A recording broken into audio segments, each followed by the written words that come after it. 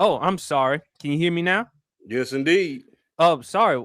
Horrible way to start off the first year, 2026. I mean, there are certain individuals who keep fumbling the bag who shall remain nameless. But welcome to another episode of the Sports PSP podcast, the highlight of Friday nights. I know we're doing a Friday night, 7:30 p.m. I know it's a little bit different. Called on the last minute to do the podcast. Look, sorry we couldn't do a sports PSP pod the past week or so. PSP was had to deal with some things. But thank you for everyone for reaching out to me on social media just to check on me, just to make sure I'm doing okay and stuff. Mark my words, Sports PSP. We will continue doing the Sports PSP podcast, but Sports PSP just needed to take some time. You know, Champ always tells me I could find another pod. A pod won't find another me. So I was just PSP like everybody else was going through some things. But thank you to people who reached out to me. And I say thank you and love you as always. But welcome to another episode of the Sports PSP podcast, the highlight of Friday nights. First and foremost, hope everyone is enjoying a fantastic day, coming off work, school, whatever. I am your host, Sports PSP. Unfortunately, BRF Sports is not here tonight, but don't worry, mark my words, BRF Sports will come back eventually. BRF Sports is, of course, living his life and enjoying his new year. But of course, we cannot do the Sports PSP podcast without my main man, all the way down from Columbus, Georgia. He is the five-time college degree champion. He is the Al Roker of journalism. He is the military man and veteran, the young Mark Henry, the young Charles Barkley. I mean, the hats, the Mr. Incredible hats. I mean, one minute he's wearing the Cartman hats, the next minute he's wearing the snapback hats. Love that. I mean, almost looking like the darker version of LL Cool J with them hats right here. He is all that in a bag of chips. He loves himself some Georgia Bulldogs, his Atlanta Falcons, Mama Champ's number one favorite son, and Joy Taylor's number one inspiration. The one and only undisputed world champ, the big fella. How you doing? Man, good, man. Feel good to be back on the mic again. So yeah, good to be back on the Sports PSP podcast, the highlight of Friday nights. I know we out here a little bit earlier tonight, but I mean, nighttime is the right time anyway. So I mean, let's just get it, man. A lot of good things have been going on in sports. Happy New Year. Merry Christmas to everybody, man. Hope y'all enjoyed the holiday season, man. It's time to get back to work, man. Get your year started off to a great year. And look, man, do everything that you say you're going to do in the new year. Don't slack off when things get hard. Do everything you say you're going to do. That's the best advice that I can give you. Absolutely. Also, Haitian Independence Day. Shout out to the beautiful people from Haiti as well. Hope everyone's eating some good soup jamal. It's the soup that the Haitians used to eat that they couldn't eat at that particular time. Haitians got their independence in 1804. Big, big, big, man. So shout out to Haiti. Shout out to everything, man. But big fella, I wanted to talk to you about the college football playoffs. Um, Miami versus Ohio State. We're gonna get into your Georgia Bulldogs in just a second, but let's talk about Miami versus Ohio State. The Buckeyes coming into that game, they were like a 9.5 point favorite. Miami, look, I picked OSU to win this one, but man, I underestimated Miami. I mean, their pass rush, the way they went after Julian Sayed, he was sacked 5 times in that game. He threw 2 interceptions. One of them was a pick six. Ruben Bain is really making a strong, valid case for a top five pick in this year's NFL draft. Um, I got to give a lot of credit to Mario Cristobal, the head coach of Miami. Carson Beck, your former Georgia Bulldog, he didn't have to be pretty. He just had to be good enough. Malachi Tony, I mean, the freshman, man, he has been doing his thing, man. But big fella, do you think Miami is back? Can they really win it all? Because you look at their defense, offensively, the question mark is still Carson Beck. But with this defense, I mean, you look at what you saw from them against Texas A&M and from Ohio State, and what you also seen from Ohio State these past couple of games. It's not the first time. Prior to that game against, I think, Indiana, they was sacked like what, 5, 6 times? They were sacked 5 times in that Big Ten championship game, and 5 times they were sacked in the Cotton Bowl. And it got so good. Look, you got to be hyped up as a U fan when Michael Irvin is pulling off his belt, BTA, belt to ass whooping. I mean, it's gotta be, you gotta be so ecstatic as a Miami fan. And shout out to the beautiful JoJo, who's a part of the wrestling, the Sports for You wrestling, and is also a U fan. Big fella, what were your thoughts on the game in Miami? Oh man, Fletcher should get a lot of credit, the running backs, because they definitely know how to close out games. They definitely are the Mariano Rivera's of that team. They know how to close out games. The pass rush was something serious. That pass rush was was special. And if you really look back on it, the cornerstones of great Miami teams have always been the defensive line. You can go all the way back to Ord Harris. You can go back to the late great Cortez Kennedy, Russell Maryland, the late great Jerome Brown, excuse me, and also Colorado Buffs defensive line coach, the great Warren Sapp. So it's always Miami has always had a history of having a great defensive lineman, and it's just fortunate for them that they came through in the clutch at this point in time. When you look at back on the quarterback position at University of Miami as well, they've also had a history of great quarterbacks as well. And I think Carson Beck, although last week wasn't last night wasn't his greatest game, he did enough in order to put them in position in order to win the game. Now, Serviceable. is he going to go down as Gino Torretta, Vinny Testaverde, Jim Kelly or any of those guys like that? Ja'Cory Probably not. Harris. Yeah, Ja'Cory Harris, Ken Dorsey, any of those guys, no, he's not going to go down in history like even Cam Ward. But guess what? If they're able to win, he's going to be that $4 million that he just got paid is going to be real worth it.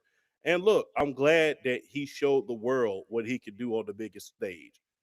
Last year, remember, unfortunately, he got hurt in the SEC championship and ended up getting benched in favor of Gunnar Stockton. Unfortunately, the we lost against Notre Dame last year, and that's when he transferred. And Carson Beck, he was able to get the last laugh and say, "Hey, I'm one game away from the national championship." As far as Mario Cristobal, he's tried to do something that only two other head coaches have done in the history of college football, and that is win a national championship with their alma mater.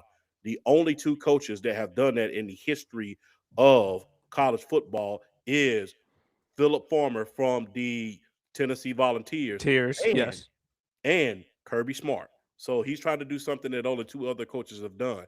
And I'm glad that, look, I know I'm a diehard Georgia fan, but I grew up watching the University of Miami, watching those great players that came through there. It feels so good to see that although they have the present, that they haven't lost touch with their past. It feels good to see Andre Johnson on the sideline. It feels good to see Michael Irvin on the sideline. Ray It feels Lewis. good to be Ray Lewis on the sideline. It feels so good to see the alumni that made us all pay attention to college football growing up on that sideline as they are trying to win a national championship, something that they haven't done for the last 25 years since 2001 with that magnificent team that they had that, in my humble opinion, is the greatest team of all time.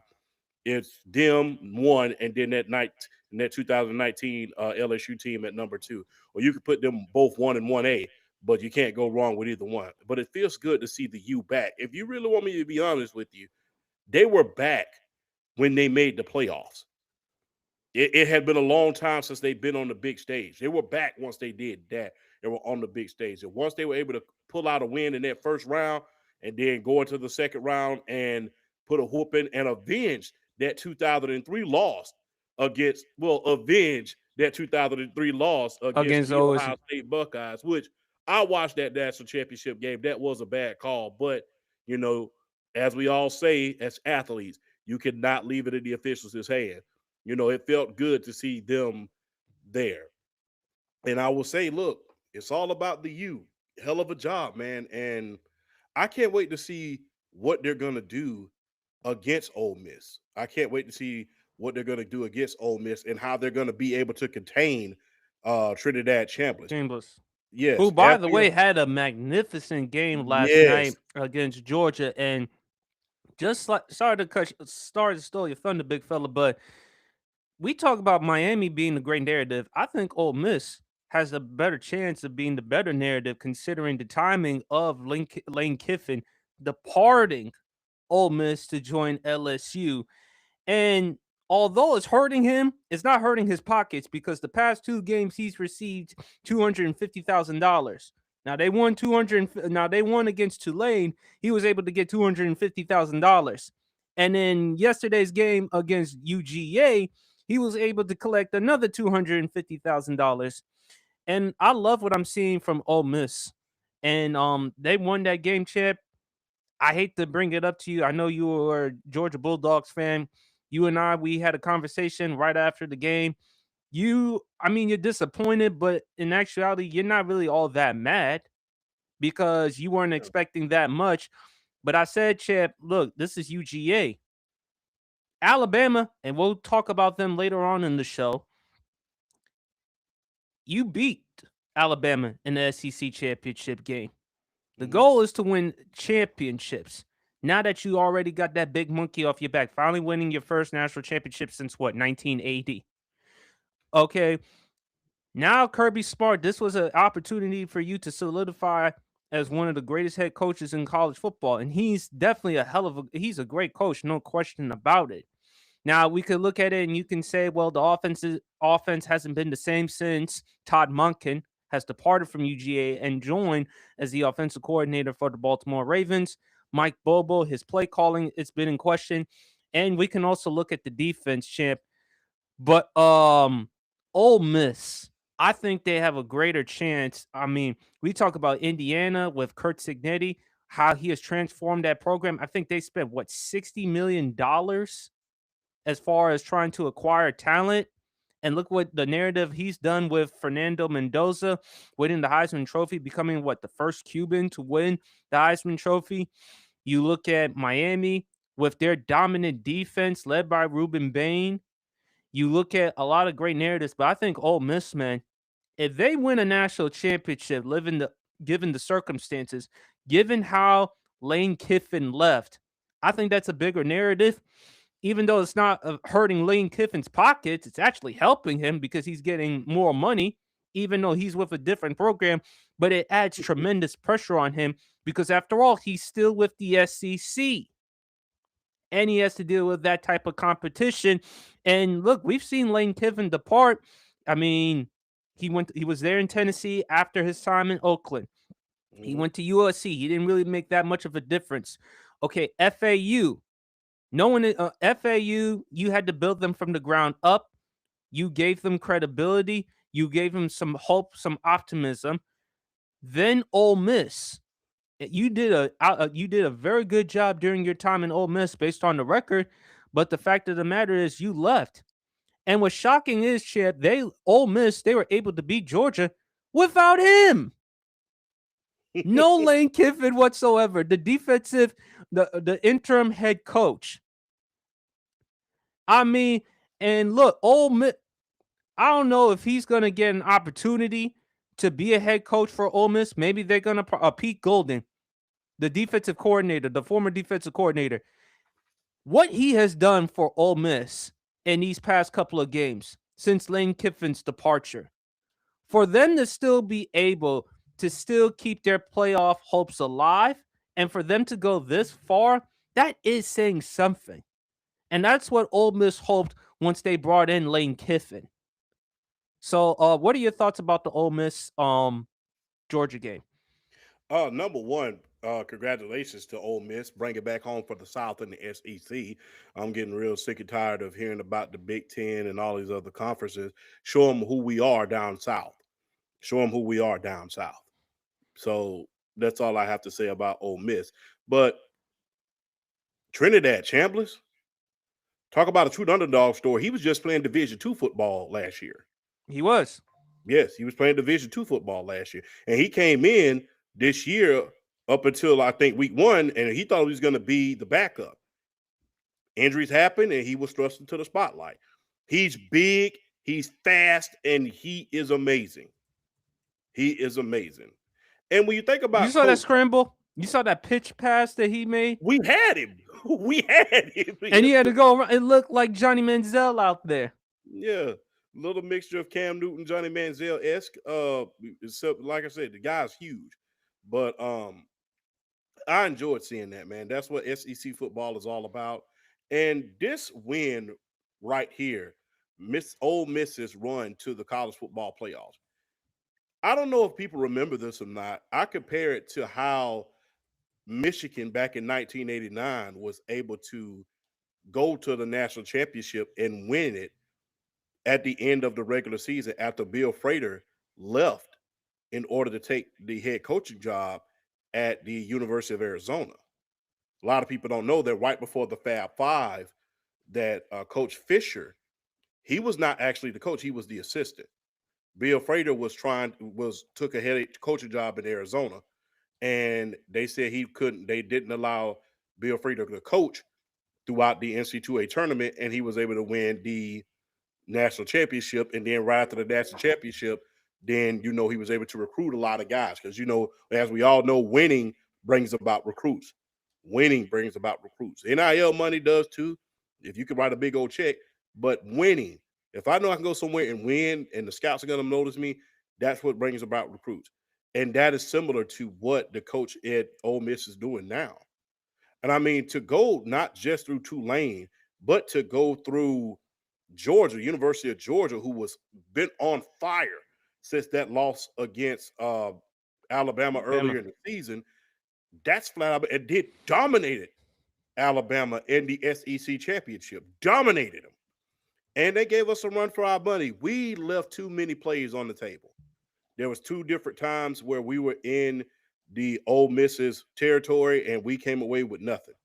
It was too many. We had a chance in the first half in order to put it out of reach. Unfortunately, we did not, and we didn't execute the way we were supposed to.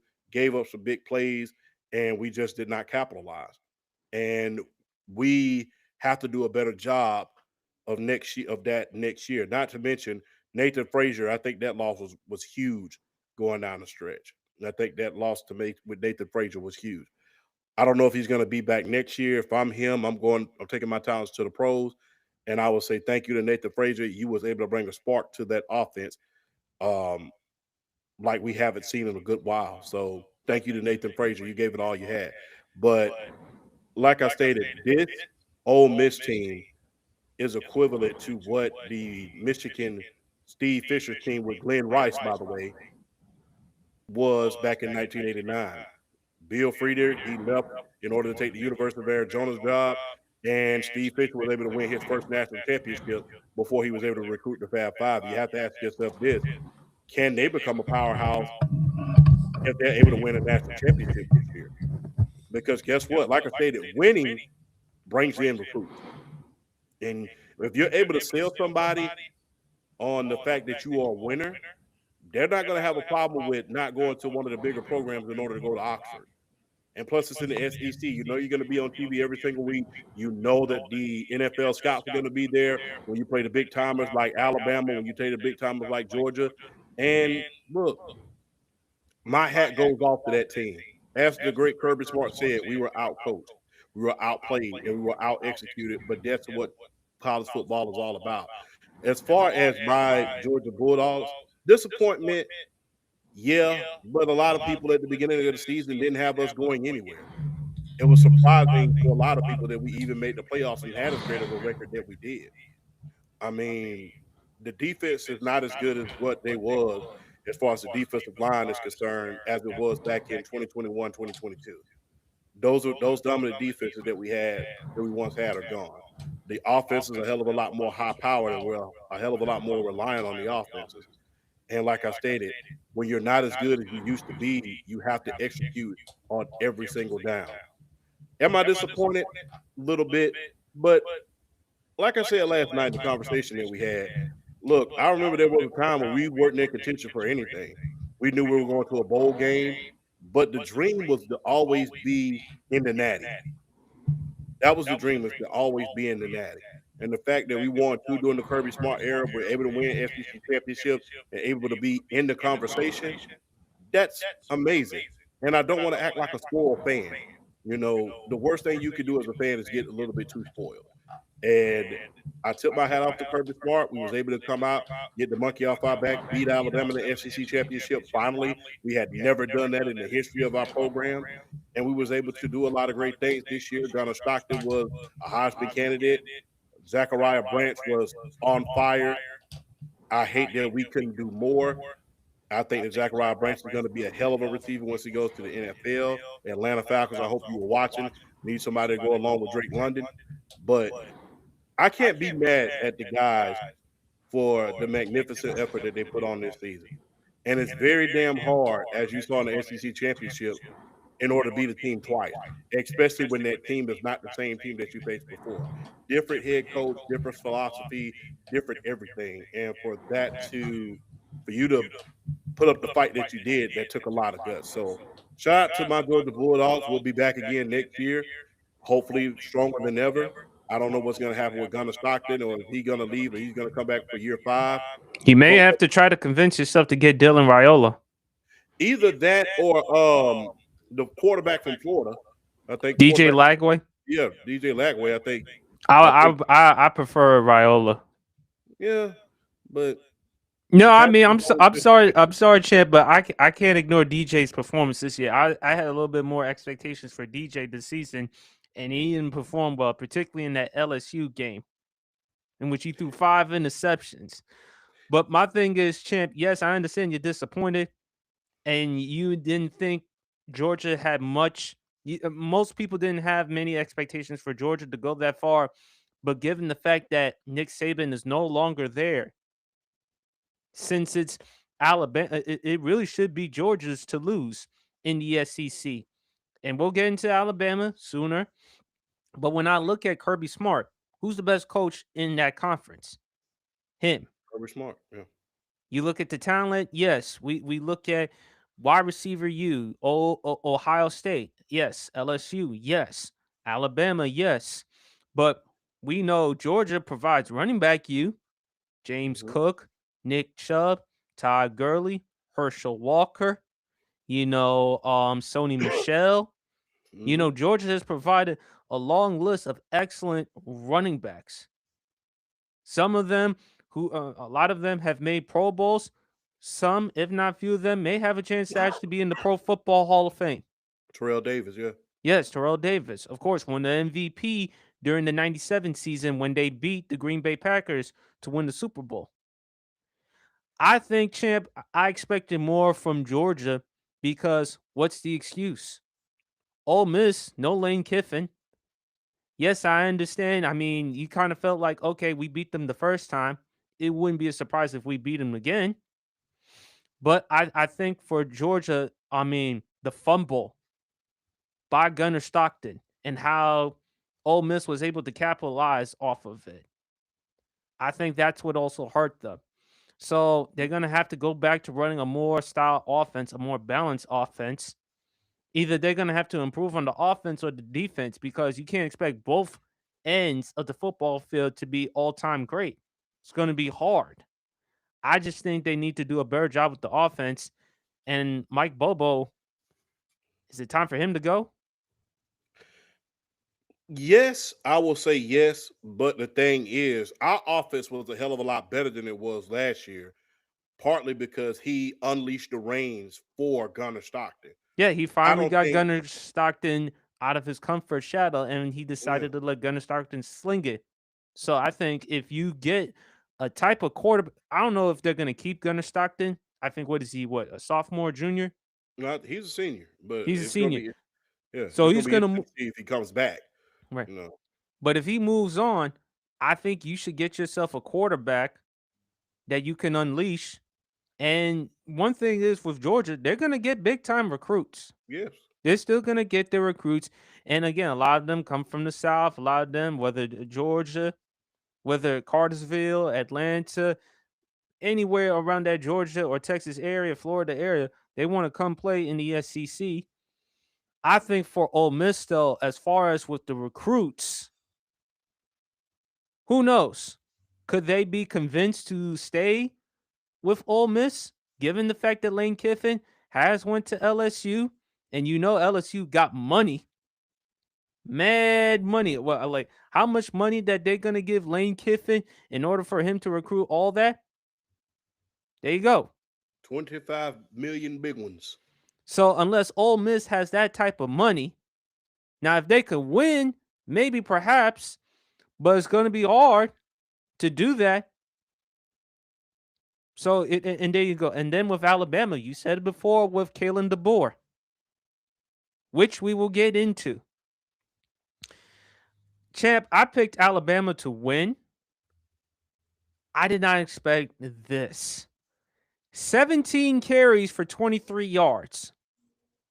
Their offense ran. Just as bad as the SEC championship game against your Georgia Bulldogs. And Kalen DeBoer, I didn't really watch the game. Unfortunately, I'm gonna have to use more of your Prime Video account or whatever it is that you're using to watch ESPN. But why did you decide to go for it that early on fourth down? Panic.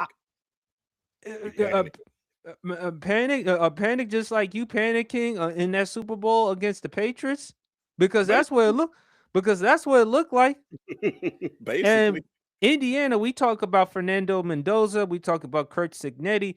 Their defense, champ, it doesn't get enough credit. I mean, look what they did in the Big Ten championship game they against Ohio State. To hold that offense of Alabama's to just 3 points. 3 points. I mean, it's astounding. Was I surprised Indiana won, champ? Not necessarily. I'm more astonished how they won. Alabama had no chance. In the words of Vince McMahon, no chance in hell. They got their ass whooped. Tyler Simpson had to be yanked out of the game due to injury. Cracked ribs. Fractured. Yep. Cracked ribs. Fernando Mendoza solidified his case on being the number 1 overall pick. I mean, and he didn't even have to put up great or astronomical numbers, but some of them throws that he was making. Can we please stop saying that that Indiana, they're not a good enough team, they haven't beaten competition? Can we please stop saying that about them? Kurt Signetti, the job that he has done transforming that program, because again, when you think of Indiana, you think of it as, of course, basketball.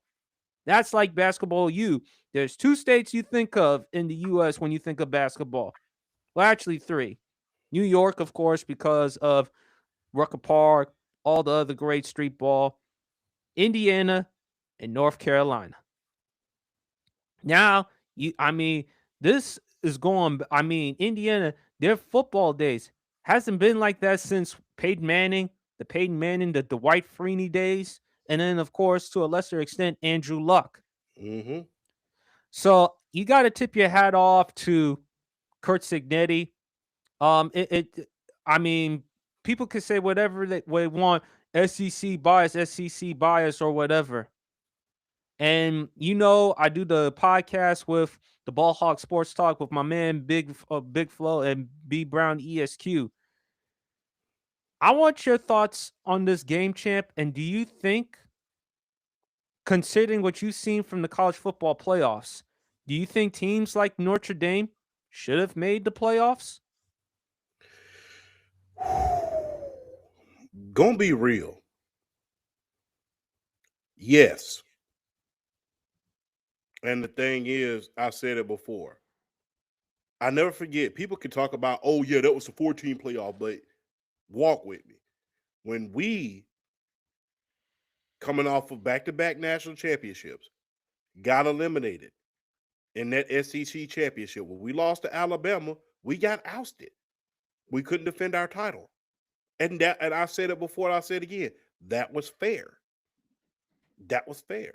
The 2023 SEC championship game. Yes, indeed. Yes. That was fair. And sometimes it doesn't matter. And sometimes it's not you losing, it's how you lost. They got dominated. They got dominated in that game. So yes, I would be pissed if I were Notre Dame that a team like Alabama got dominated and their reward was getting into the college football playoffs, and fortunately they was able to get some get back against the Sooners in the first round, but unfortunately in the second round, hey, you proved that you wasn't that guy. So that yeah, I understand why. yeah that yeah that also pisses me off because sorry to cut you off, Chad. Because see, even see that just tells you how bad Alabama is, and that just tells you how unfortunate for OU because seem to.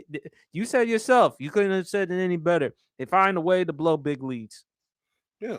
They are like the Oh, Atlanta Falcons of college football, yes. especially come playoff time. Yes. And look, Bama, this is not Bama football, not the Bama that we used to seeing. Even when we had and people don't want to talk about Dick Saban. This is not even the ball that we seen when Gene Stallings was there, when Faust was there, when any of those guys were there. So this is not the Alabama ball we're accustomed to seeing. Kellen DeVore has to get it right, has to get the running game right, has to get the defense right, has to get a lot of things corrected when it comes to the Alabama football program. Unfortunately, he didn't have it this year. Gonna be interesting to see if he's on the hot seat next year because he got in really by the luck of the draw. The thing is, if Alabama were not in the SEC, would they have gotten in? No, because the thing is, SEC bias. I'm an SEC guy. You see the Georgia stuff right behind me. You see it right behind me, right there. But there's a lot of bias when it comes to the SEC because guess what? The first thing they're going to do as far as college football playoff committee is they're going to play that strength of schedule card. Okay, you might have the better record, Notre Dame, but we have the better strength of schedule, that being Alabama. So, Shout, shout out to John Watson. yes, indeed, Sports for You podcast and Dick Freeze, all the guys over there. So, But yeah, and you make a very valid point, big fella, because if Alabama were in the ACC or a lesser tier conference in the SEC team, no, I don't believe they would have gotten no, in. it Some was people, SEC bias. It was very yes. much SEC bias, and Imagine look, if Notre Dame had made it to if they were in a conference team. Who knows? yeah, I don't know and if I they would believe have. that Yeah, I'm sorry. I believe they're trying to bully Notre Dame into going into a conference. I really do because they're getting tired of them getting all that money to themselves. Because if they win, they get all that money to themselves.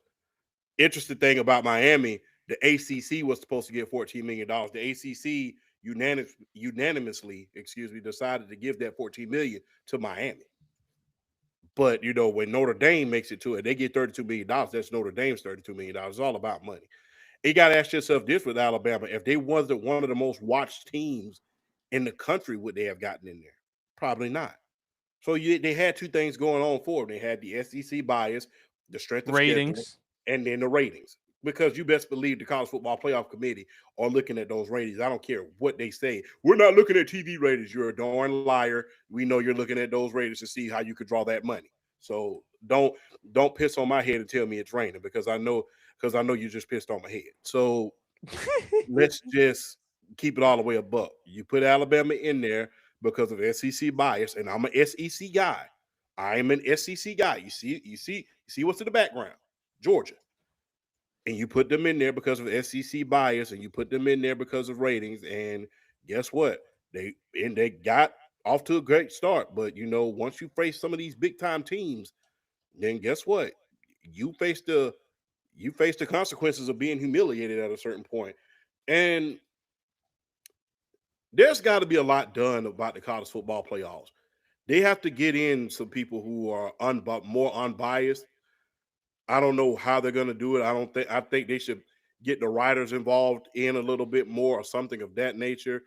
Look at the AP polls and go by that or something because there's a lot of injustices that have been going on. And like I stated, nobody enjoys seeing SEC teams in the playoffs more than me. I'm a Southern guy. But when you go down the line, Tennessee was not supposed to be there last year. Alabama was supposed to be there this year. A lot of SEC teams were not supposed to be in the college football playoff these past couple of years, but because they were in the SEC, they got a shot. So there has to be a more unbiased committee put together that's not looking at TV ratings, that's not looking at the SEC and how much they're drawing as far as ratings is concerned. There has to be more unbiasedness in that room as far as college football playoff committee is concerned. Otherwise, we're going to have a lot of this, and we got to acknowledge this: SEC. I love the South. Once again, I hate to be like a broken record, but we are not the conference that we once was. We're Right. not. We're And so all of that strength of schedule bull jive needs to go out of the window. We are it's one step below. We're one step below the Big Ten at this point, and we're only two steps from being the ACC at this point if we don't get it together. Because Kalen DeVore, he's not the superstar coach that we thought he was going to be. There's only really one or two. There's only really three superstar coaches that are in the SEC right now. Well, two, and that's Lane Kiffin and Kirby Smart. That's it. although I So do think the head coach from A&M, although despite the loss against Miami, he has done a very good job turning around that program since we all thought it was supposed to be Jimbo Fisher. After all, A&M paid Jimbo Fisher a shit ton of money in which he didn't live up to, champ. But champ, just to regurgitate for those regarding Notre Dame ratings, for those who may argue that it wasn't due to ratings with Notre Dame, despite their 10-2 record, according to Nielsen, it didn't rank among it didn't rank among the top 10 most watched college football teams this season. Their average viewing audience of over 3.9 million viewers ranks them number 15th behind Florida, Ole Miss, South Carolina, and Florida State. And ahead are Vanderbilt, Missouri, Penn State, and Miami. The most watched team was Alabama, averaging more than double Notre Dame's viewers at 8.4 million, over 8.4 million, followed by Texas, Georgia, Ohio State, and Oklahoma. Overall, SEC teams accounted for 4 to 5 most watched schools and 8 of the top 10. According to Nielsen, according to Nielsen, Notre Dame played in only one of the top 20 most watched college football games this season.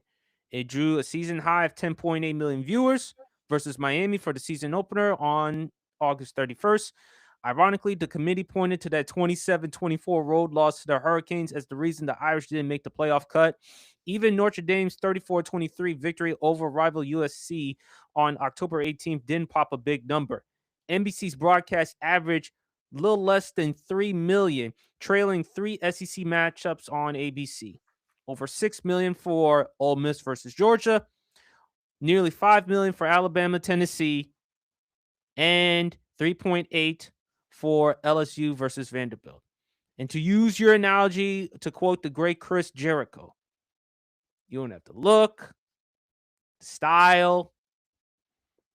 Hey, I mean, it's kind of like getting the hot, is trying to get a woman. She ain't got the brains nor the looks. Therefore, all you coming up with is shit. you ain't got the brains for it, you ain't got the look for it, and most of all, you ain't got the legs for it. So yeah, but those ratings that just Alabama being the highest rated team as far as TV ratings in there, you gonna tell me, oh yeah, that had nothing to do with it? You're a Of freaking course liar. it did. You're a Of freaking of liar. of course it did, champ. I just think I don't know what Notre Dame is going to do, but the good thing they got for them moving forward is that Marcus Freeman is here to stay Yeah, and because they there have were that clause with the college football playoff committee. If they rank top 12, they're automatically in a playoff bid. Now I don't know how beneficial that's going to be, considering that you have to play Southern Polytech every other week next year. But but because if you come out and you lose one game, only thing they're going to do is put you number 13, and then you still got to not going to make it. So yeah, that's a double edged sword that they just signed. well, I think the NBC ratings, and obviously with the SEC, it definitely does help that ESPN, ABC, Walt Disney is covering the SEC. So that definitely does add on to it as well. Yes, indeed. So you can say, hey, if Notre Dame, perhaps if they join a conference, who knows? But obviously with the SEC, yes, it's not as dominant as it was in the 2010s or even in the early 2000s, champ. Because you Yeah. had a lot of teams at that time. You had Ole Miss, you had Tennessee. I mean, Nick Saban when he was there at LSU, Florida in the glory days. So there was a lot more excitement in the SEC. It's just that with the Big Ten now, you look at Oregon, what they've done with Dan Flanning, who's done an excellent job as the head coach. You look at Ohio State, finally, Ryan Day finally won a national championship. He got the big monkey off his back. And look at their wide receiver, you look at the amount of talent that they have. And then Indiana, Kurt Signetti. You know, all these, with Signetti and them, they're assistants, remember, champ, of Saban. Yeah. That's why he's the Bill Walsh of Yes, college football.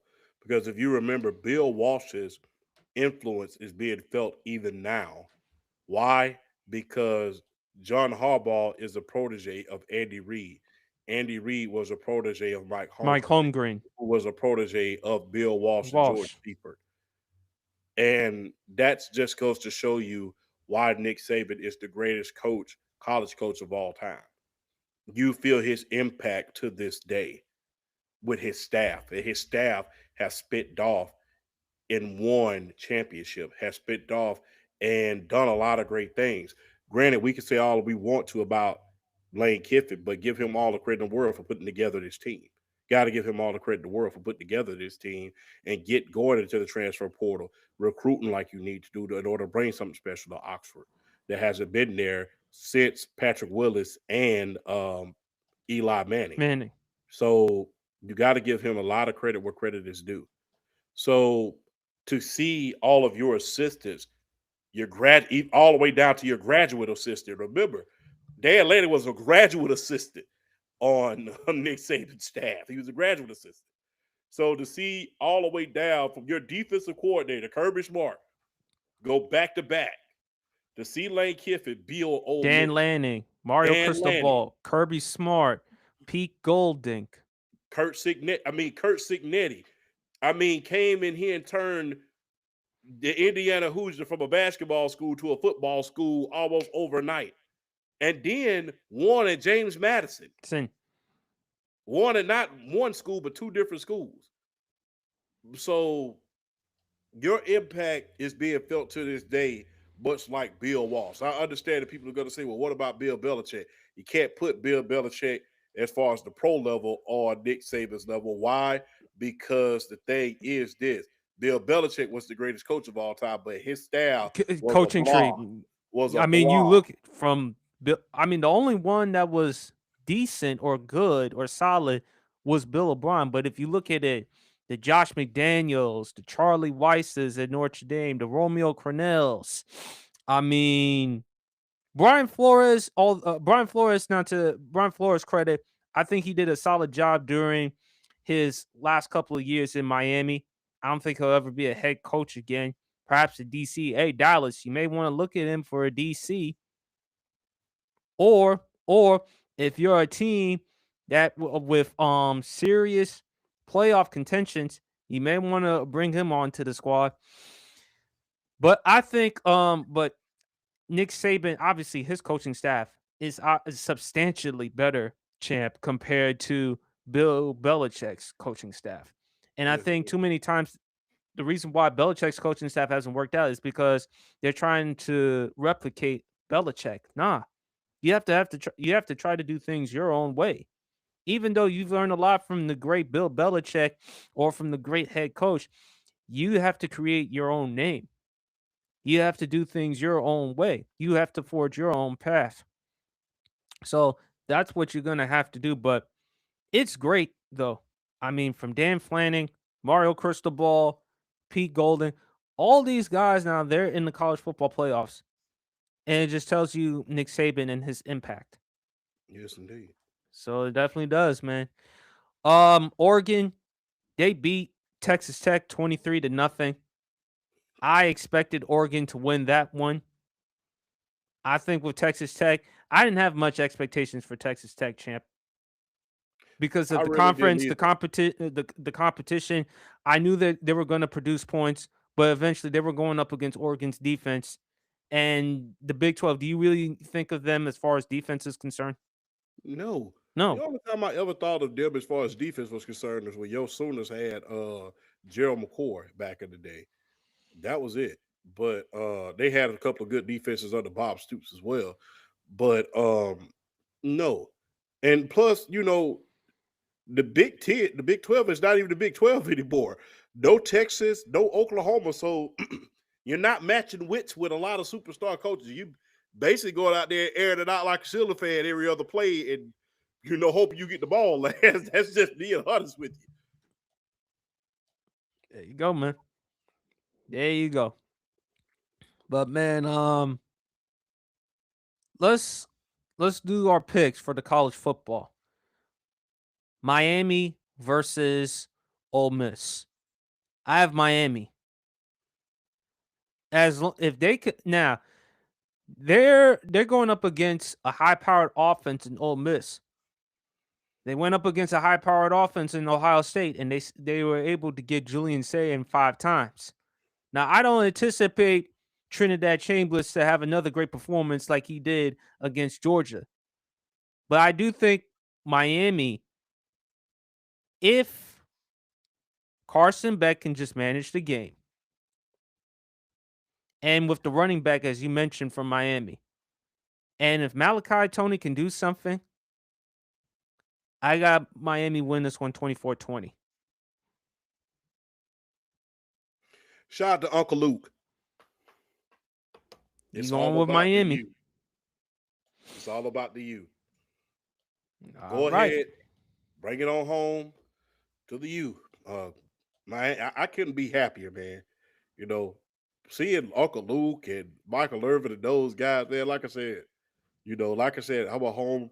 I bleed red and black, but I grew up watching the University of Miami every single weekend, man. I watched them just like I did my Georgia Bulldogs, man. So seeing them in the national championship, seeing them on the verge of another national championship with a lot of the great players that they have, I only wish that they could have played by Georgia. But that's always been my dream to see the University of Miami and Georgia play. But since that won't happen, I'd love to see the University of Miami win another one, and for Mario Cristobal to bring glory back to his alma mater. You got Oregon versus Indiana, the rematch, because remember, Indiana faced Oregon at Oregon and they won that one. Indiana's a 4-point favorite. I'm gonna go with Oregon. Lanning will not beat Signetti in this game. Why is that? Lanning, Oregon is going to give up at least two big games every single year. They're not going to be able to win the big one. It's the curse. They're cursed, and I believe that curse is followed. It went from Chip Kelly, and it's with Dan Lanning right now. They got the speed, they got the talent, they got the know-how, but they're gonna lose the big one when it matters the most. And this is gonna be their big one. And that being with Kurt Signetti. The Cinderella story in Indiana will continue after next week. And if they beat Indiana, how shocked would you be? Very shocked. I will Given take a how shot of clutch, fireball. I'll given take how a shot of clutch Indiana fireball. has been. I'll take a shot of fireball live on the Sports PSP podcast, man. So yeah. I don't But know if you want to start the new year. Drinking. well, I cut my drinking by 75% last year. I only had like one glass of champagne for New Year's. That's saying a lot considering that, back in the prime in my heyday, it was 3 bottles of Ciroc a week. So God yeah, damn. yeah, bro. Hey man, Army dudes, we can drink, bro. I'm just being real. Army dudes, we can drink. So hey, look at your face, bro. Those Army dudes, we can drink. So yeah. And that Yeah, ain't that's the the arm, the army people, they love to drink, they love to eat, and just like you, they love them wags. yeah. So that's all it really is. So yeah, man, those army dudes we can drink. That was before we went to the club. But but yeah, man. Man, I'm hoping that this Cinderella story continues, man.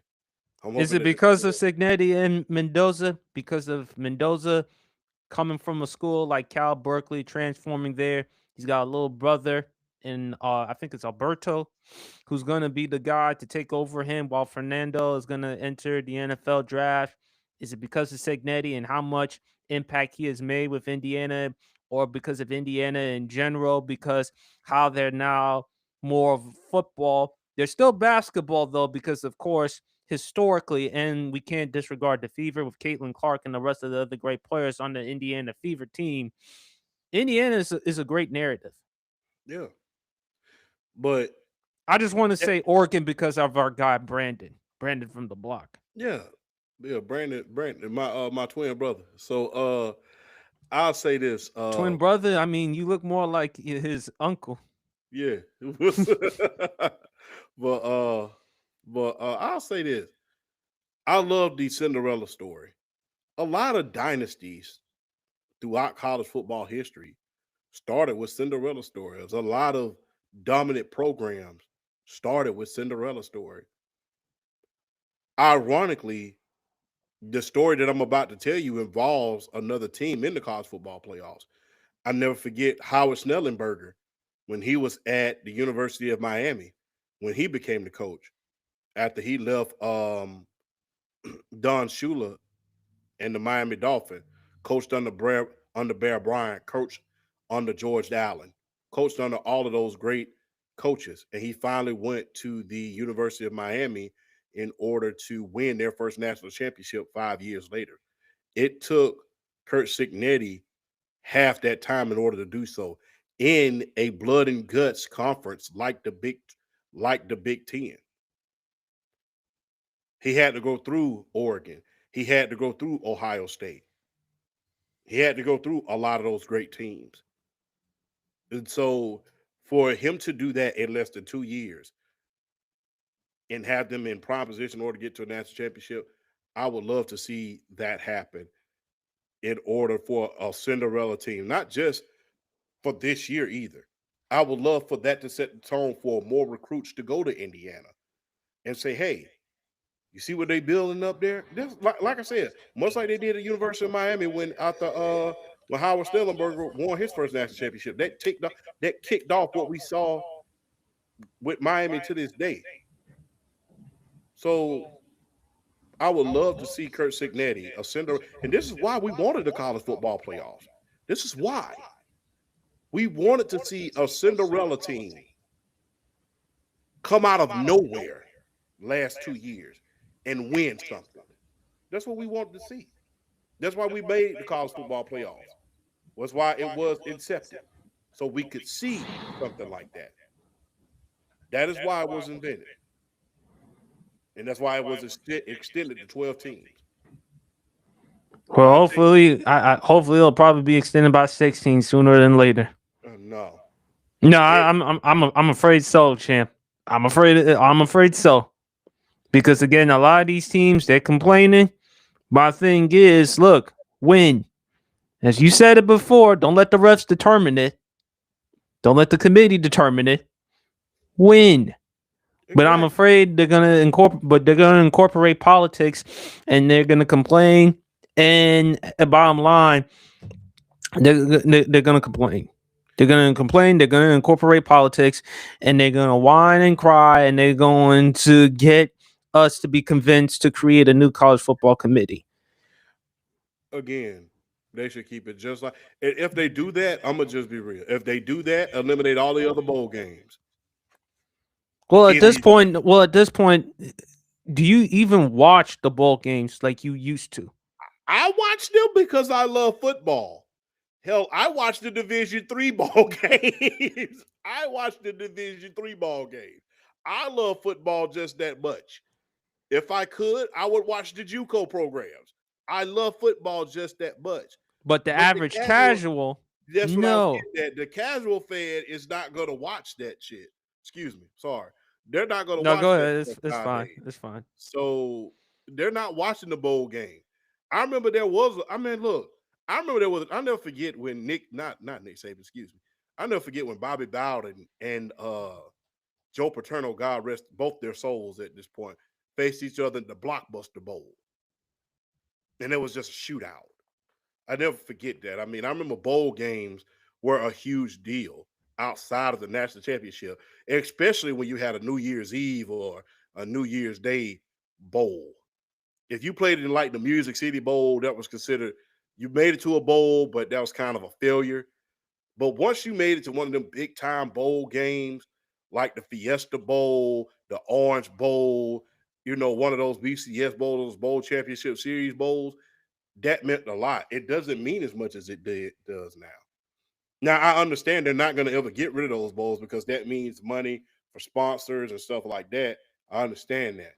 But if you're going to extend the team to 16 teams, it's going to make wins in the regular season mean not as much. When you had 4 teams in the college football playoff, every win mattered. When you had the BCS, every damn win mattered. When you have 12 teams now, every win still matters. Nobody wants to see a 4-win team sneak into the college football playoff because you can best believe that's going to happen. And then somebody else. And the thing is, it's not going to solve anything. You juicing it up. You really think, not you, PSP per se, but do people really think that implementing a 16-team college football playoff is going to stop teams from complaining? No, it's not. You're going to have people complaining every single year. And look, you've had plenty of teams that were deserving. Like I said, I go back to when my Georgia Bulldogs 2023 only lost 1 game. It was the SEC title. When we lost, we took it on the chin, and we took it on the chin, took it like a man, and we played But Florida that's State in the bowl game. but that's Even you. Florida State, But Chimp, that's even but that Florida State got cheated that year, I know, but that's and they still you. played in the bowl game. But They that is complaining, they got mad, but that's you, big fella. Notre Dame, they missed the college football playoffs and refused to enter a bowl game.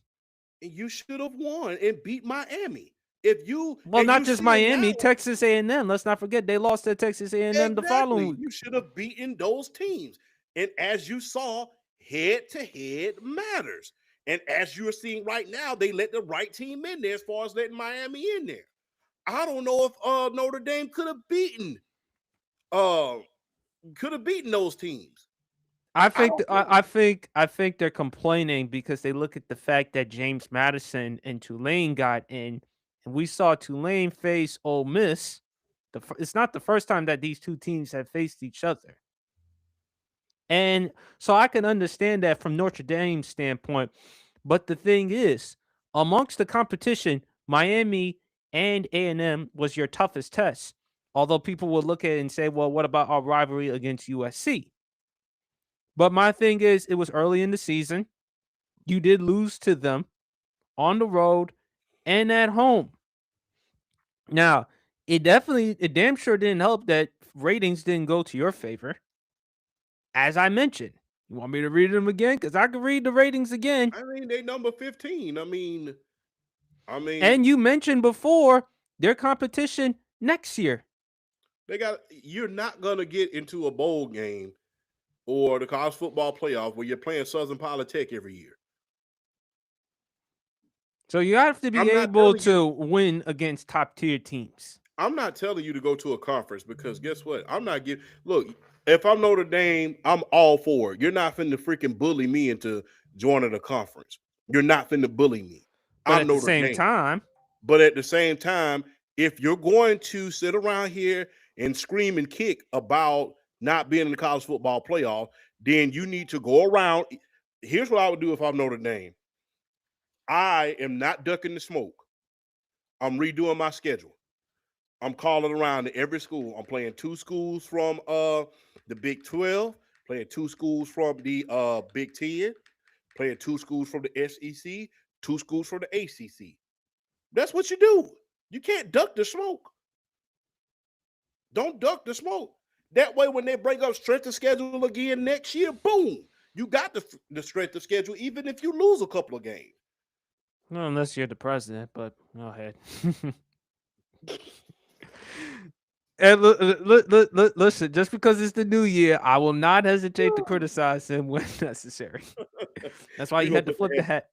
We gonna have to put the hat to the front on now. But let's get into. But I would love to see Miami versus Oregon. I would like to see Miami versus Indiana. So either way, but I wouldn't mind Ole Miss winning it all because I would love to see them be able to capture a national championship without Lane Kiffin. This puts Lane Kiffin even more on the hot seat. And when you look at LSU with the money that they should receive, $25 million. So if you're Lane Kiffin and you are an offensive minded type of guy, you know how to generate offense. And after all, LSU is wide receiver U. And look at the quarterbacks that have come recently: Joe Burrow and Jaden Daniels. So I think if you're Lane Kiffin, you better do something because again, you're still in the SEC. It's not like you're going to the ACC or some weak conference where you're turning something out of nothing. Yeah. So you're under the hot seat, man. But Champ, let's talk about the NFL, man. We got some big games heading tomorrow. We got the Carolina Panthers versus the Tampa Bay Buccaneers. The rematch between these two teams. Whoever wins the NFC South. I'm gonna lean towards Tampa. Now, Tampa, they suffered a tough loss against Miami. Carolina, they had a chance to win it against Seattle, but for whatever reason, Seattle's defense, you can't ask nothing more from Seattle's defense. Charbonnet, as far as what he can do in the red zone, I mean, already has 11 rushing touchdowns this season. Sam Darnold didn't even play that well in that game, but somehow they just found ways to capitalize. With it's the turnovers from Bryce Young, I'm like, look, man, Tampa Bay, you had opportunities, and it's sad because at one point in the season we were talking about them as one of the top teams of the NFC. Heck, Baker Mayfield early on was looking like the MVP candidate. But then Absolutely. the team fell apart due to injuries. Mike Evans, Chris Godwin, Bucky Irving. I think this is also a hot seat game for Todd Bowles. Mm-hmm. Now, Dave Canales, he's done his job with this team. This is his first year. And I think if he wins, and if the Carolina Panthers have they won enough games to make it to the playoffs, I don't believe he'll be coach of the year. However, he should have more consideration, especially with the job he's done with Bryce Young and with this team. Considering how awful the owner, David Tepper, has been since he took over the previous owner in Jerry Richardson. I have Tampa winning this one. I think it's going to be 20-17. I think if Carolina has any chance of winning, Bryce Young is going to have to make some plays. You're going to have to find a way for him to push the ball down the field more, or you're going to have to help him with the running game with Chuba Hubbard and Rico Dowdle. So, Emeka Ibuka, even though early on you were looking like the offensive rookie of the year, I think it's Teatara McMillan's to lose at this point. I think for Carolina, if they have any chance of winning this one, they're going to have to be more aggressive offensively. And you look at their defense. I mean, J.C. Horn has been playing like a top 10 corner this season. Derek Brown, we talk about Jeffrey Simmons as far as interior lineman, Jalen Carter. But you got to throw in Derek Brown into that conversation. Yes, indeed. If he can have a type of game like he had against the Rams a few weeks ago, in which they won that one, But I got Tampa in this one 20-17. Who you got, big fella?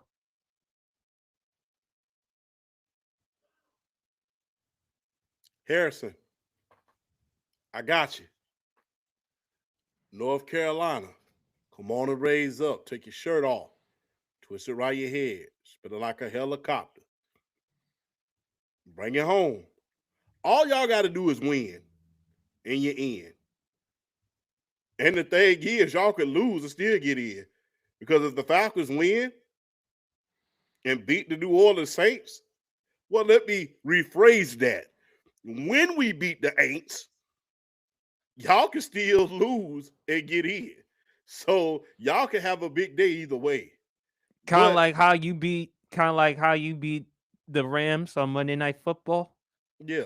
So hey, fun fact, and shout out to BRF for bringing this to my attention. I went digging.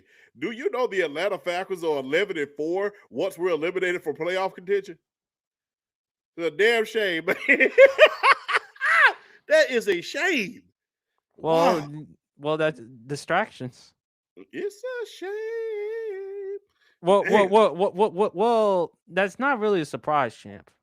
That BRF mentioned that point. You know why? Because you've often said it's kind of like with your sneaky link. Your sneaky link cheating on you. Yeah. It's crazy. But well, that's I crazy. guess, or worst case scenario, God don't love Atlanta. Hmm. Either that or well, I'll leave that out. But Well, God's yeah. already dealing with the wags. How much more shit could he go through? Yeah, but I don't know what Atlanta and what makes me mad about Atlanta is they have the talent. It'd be one thing they didn't have the talent. You got the talent. So it's just like it's crazy. Why do you Like I think said, I call them they're like the Dallas Southeast version of the Dallas Cowboys?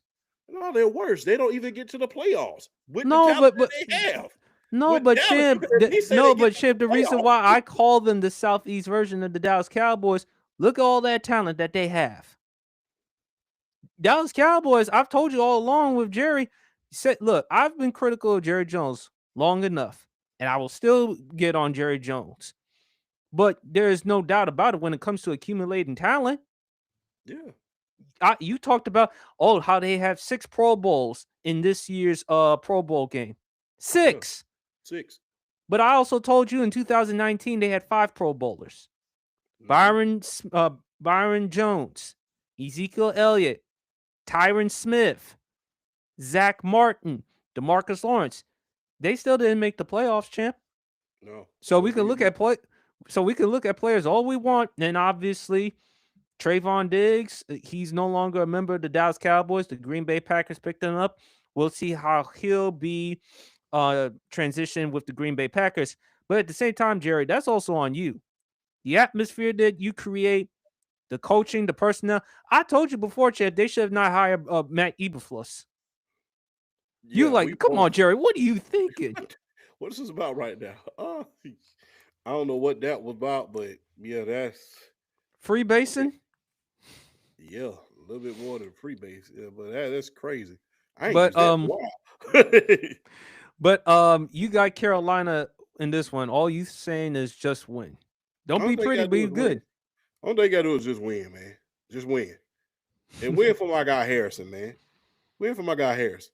You know what I'm saying? I don't want to see him. He was, a little bit distraught in the group chat a couple days ago after the playoffs. Not after the playoffs, after the game. But win it for my boy Harrison, man. Give him a great New Year's present of you going to the playoffs. Give him that great New Year's Day present, man. And go ahead and step your ticket to the playoffs. This will be Do the that for first my guy Harrison. time. This will be the first time in the David Tepper era they will make the playoffs. They haven't been to the playoffs since 2017. So we'll see how that goes. But I would like to see my man Baker win. And again, for those Baker Mayfield, yes, he has regressed this season, but let's not act as if Baker Mayfield can't play football. Come on now. A lot of injuries played along the way with this team. I understand. He was drafted with the number 1 overall pick. It was a mistake taking him over Josh Allen and Lamar Jackson, if you look at it. But Baker Mayfield has resurrected his career. Yes, indeed. And he lost Liam Cohen. I mean, he lost Liam Cohen. But look at the amount of offensive coordinators he's had to work with throughout his career, champ. Yeah, You talk about how difficult it is for Jalen Hurts to understand an offense. Well, what the hell makes you think for a Baker Mayfield? yeah. I like that's how come I salute him and Jalen Hurts because coordinators matter, no matter on the offense or the defensive side. Because if you really look at the playoffs this year, a lot of these guys are coordinators. Carolina Panthers, they're on the verge of making the playoffs. He was a coordinator, right? Yes, he Liam was. Cohen. Liam Cohen, coordinator. And look at the year that he had with Baker Mayfield in 2024. Baker Mayfield, I think he was second in the NFL in touchdown passes, only behind Joe Burrow. Absolutely. When you look at Mike McDonald, look how fast and look how quick that Baltimore Ravens defense fell and hit rock bottom without Mike McDonald. Yes. Look at Ben Mike. Johnson, Look at Mike Vrabel. Ben Now Johnson, Ben Johnson, of course. Ben Johnson, and Aaron Glenn. Look how quick the Detroit Lions went down without them. So yeah, coordinators do matter. I understand people love to give Jalen Hurts a knock. You know, if the coordinator has to hit, everybody suffers with your coordinator when you don't hit on that coordinator. Everybody suffers. Hell, funny thing about that, Lamar Jackson went from being MVP to being MV2 once Todd Monken got there. Had one of the greatest seasons that didn't win an MVP, arguably in league history. 4,900. Let that sink in. Over 5,000 yards of total offense. Can't beat it, man. Just can't.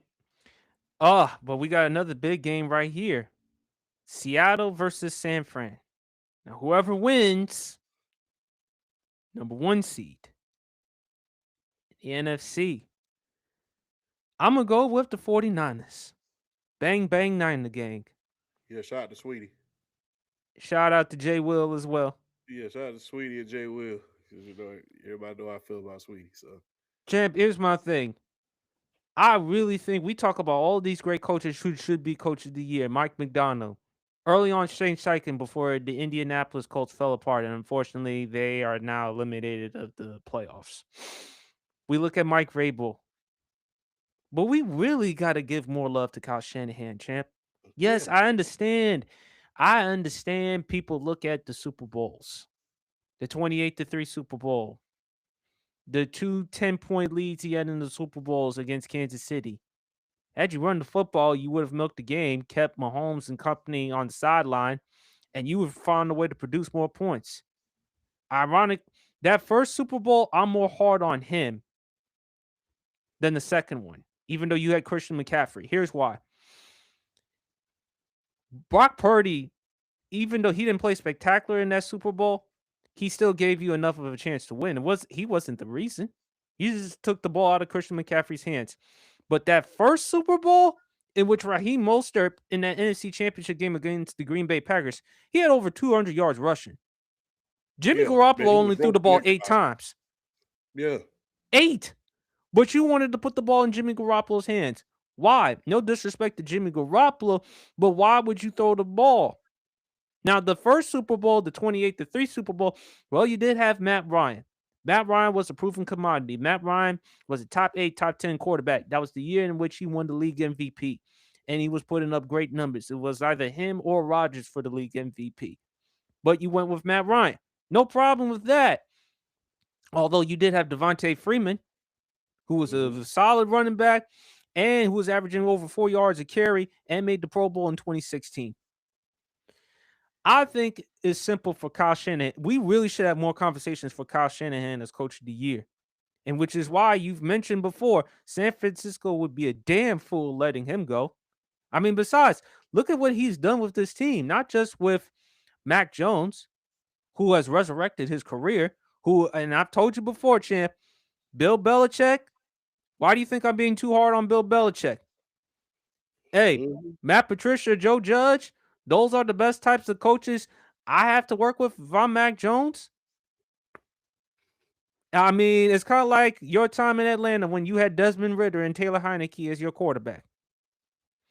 So, my thing is with Kyle Shanahan, And he's doing this. And the other reason why he should be in the conversation for Coach of the Year, look at the amount of injuries San Francisco has had.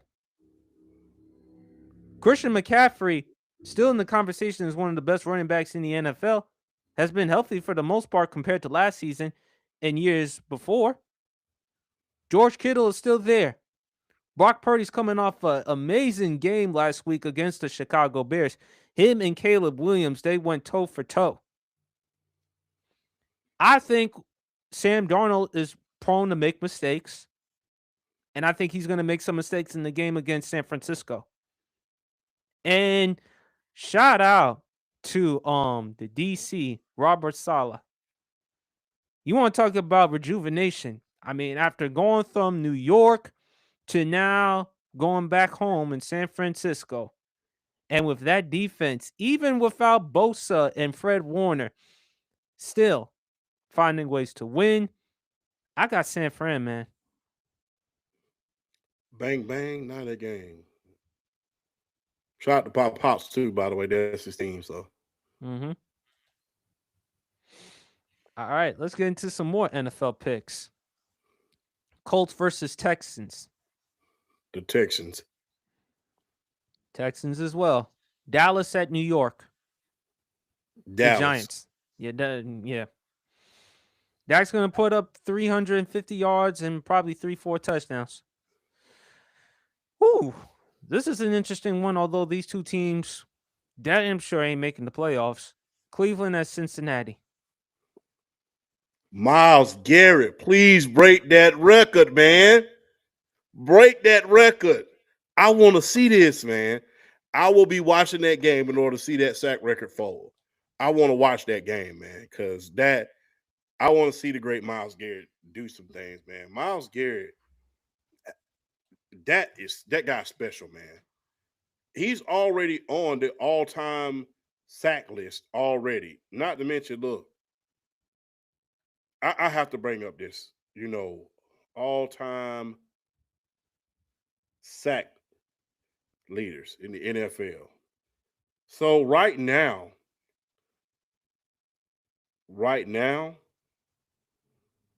Myles Garrett has in 9 years, mind you, I just said 9 years. Myles Garrett has accumulated. Mind you, I'm going to repeat myself again and say 9 years. Did I say 9 years? He has over 124 sacks in just 9 years. 124 sacks. Now, he needs one to surpass 125. Once he passes 125, he will be ahead of Dwight Freeney, and he will be 1 sack behind Derek Thomas, 3 sacks behind Ricky Jackson, and 8 behind Lawrence Taylor. That's what he has done in 9 years.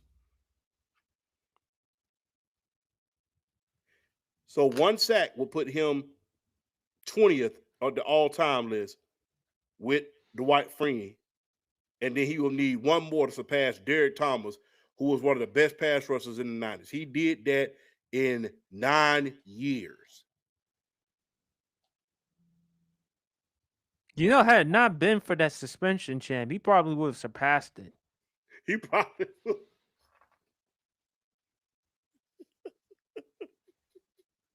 No, but I still remember him hitting that dude in the damn Mason Rudolph, yeah. Yeah. But that's how legit Myles Garrett was, champ. He was on pace to having another Pro Bowl caliber season. He already had double-digit sacks during that 2019 season. He probably would have broken Dwight Freeney's record by now. I mean, 9 years. Yep. And if they gave him more one-on-one situation, if they left him on the island, I remember in that Buffalo game, they triple teamed him. Mm-hmm. Remember, they would put 2 linemen on there. They did their chipping. They triple teamed him. They made sure he didn't break the record. If he has a chance to break any record right about now, it will be against Joe Burrow because that offense is garbage. So Myles Especially Garrett that O-line. Miles Garrett break that record. Plus, I want the Great Shador to win, so I'm gonna take Cleveland. Aints versus Falcons. F-I-L-A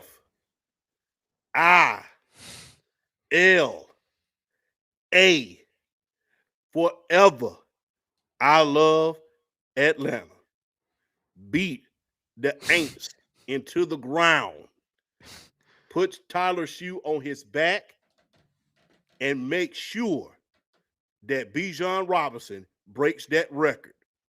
He only needs 250 yards in order to break the all-time yards from scrimmage record that was set by Chris Johnson. Make sure he gets that record. All right? Let's do it. I'm afraid that undisputed world champ will jinx his Atlanta Falcons, and somehow Tyler Shue unexpectedly will find a way to win. So I'm going with the Saints. He did beat the Buccaneers unexpectedly, though. You got to give him that. And Tyler Shue has actually played solid so far these past couple of games. Yeah, 3 straight 300-yard games. Got to give credit where credit is due. Packers at Vikings. Go, Pack, go. Shout out to Flash. Packers it is. Titans at Jaguars. Obviously, Jaguars. I don't know if they're going to play their starters, though. They may not. I mean, They but do still have a chance to get the number 1 seed, but I don't know if they're going to risk it like that. So I don't know about that game, but I picked the Jaguars just to stay safe, though. Chargers at Broncos. That is going to be an interesting one. Chargers. Go, Bo, go. Cardinals at Rams, obviously. Oh, no. Because Love the Don, Rams, love Donnie, but it's a mess in Arizona. yeah, it's a big old mess in Arizona. I don't know what they're going to do with Kyler or what have you, so I don't know. Well, not just that, their defense as well, too, champ. It's just I mean, outside of Kurt Warner years and a few years with the Don Coryell offense, before Don Coryell eventually went to San Diego and reinvented, people don't understand Don Coryell's offense came from Arizona Cardinals. There was Air Coryell before Air Coryell with Jim Hart and company. And, God rest his whole Comrade Dobler. Y'all don't know who Comrade, go look up Comrade Dobler, one of the original superstar offensive linemen. So, and Dan Deerdorf, one of the best left sides that you're ever going to see. They didn't allow a sack on their side the entire year. That's what you call a wall. But the Arizona Cardinals outside, baby, they'll have a good team a few years, but then they're going to go right back to, what they are. And that's well, offensively, they're 23rd in team offense according to Pro Football Reference. As far as passing offense in the NFL, they lead in passing attempts with 617. But if you look at passing offense in the NFL, the Arizona Cardinals, they're actually seventh. So passing offense, they're seventh in the NFL.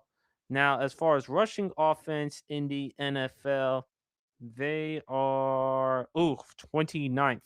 Only the Las Vegas Raiders, Cincinnati Bengals, New Orleans Saints have worse rushing offenses than the Arizona Cardinals. Now, scoring offense in the NFL, they are 29th. Only the Cowboys, Bengals, and New York Jets have a worse scoring offense than them. As far as points per game, they average around 20.9. Again, only the Raiders, Browns, Titans, Saints, Jets, Panthers, Vikings, Commanders have averaged less points per game than the Arizona Cardinals. And look, only time will tell what they're going to do, man. But shout out to Donnie, man. But I think it's best that you're going to have to trade Kyler Murray. The question is where to? I mean, do you consider him in Minnesota? Do you consider him in Pittsburgh? Because you mentioned that the Minnesota Vikings should probably take a look at Lamar Jackson mm-hmm. because Look, Minnesota, they have a number one wide receiver in Justin Jefferson. If Brian Flores decides to still stay there, because Brian Flores has done his part with the defensive side, and you got Aaron Jones. Now, again, you're going to have to make some changes with the offense, even though Lamar has improved as a passer. I think this will actually be great for Minnesota. But the question is, what do you do with JJ? You have to trade him. And JJ has shown you some flashes of him having some good performances. He's had some bad performances. He's even had some games in which he hasn't played particularly well, but somehow he finds ways to fight through. Yeah. So, only I time think we'll they should definitely take a look at Kyler. They need a quarterback. They got everything else. So only problem with Kyler Murray has never been his talent champ. It's in between the ears. And again, like, you're not gonna go that far if you're not studying or watching film. So yeah, there you have it right there. Chiefs versus Raiders. the chefs. They I'm lose to sorry. the Raiders. I'm giving them nothing but F's. Dolphins at Patriots. I believe the Patriots should win this one yeah, because they are trying to compete for that number one spot. And look, also for Drake May too, for him to win the league MVP because absolutely. Matthew Stafford had his chance, but I don't know how you feel after that Monday night game against the Falcons. I mean, no. And he's right up there with them statistical categories. QBR, yards, touchdown, still has a great touchdown to interception ratio. But Drake May's numbers ain't shabby either. If you look at Drake May's numbers, doesn't he even have like what the number one completion percentage in the NFL? Over 4,200 yards passing, which is fourth in the NFL. He's tied third for touchdowns with 30. He's only thrown 8 interceptions, and he leads the NFL in QBR. And I've told you before how good Drake May is, champ. Yes, indeed, you did. In fact, like I said, like you told, I'll repeat you, but nothing against your quarterback that you have now. Everybody's grateful for Jaden Daniels. You wanted Drake May because of durability and size and arm strength. So yeah, And I also told you about Montez Sweat though too. yes, indeed. We Eh, almost had it. Until Chicago came in like the last minute and swiped them up, but that's another story for another day. well, you have Jalen Walker and you got Pierce. I think your biggest problem is that offensive coordinator. That's your biggest problem.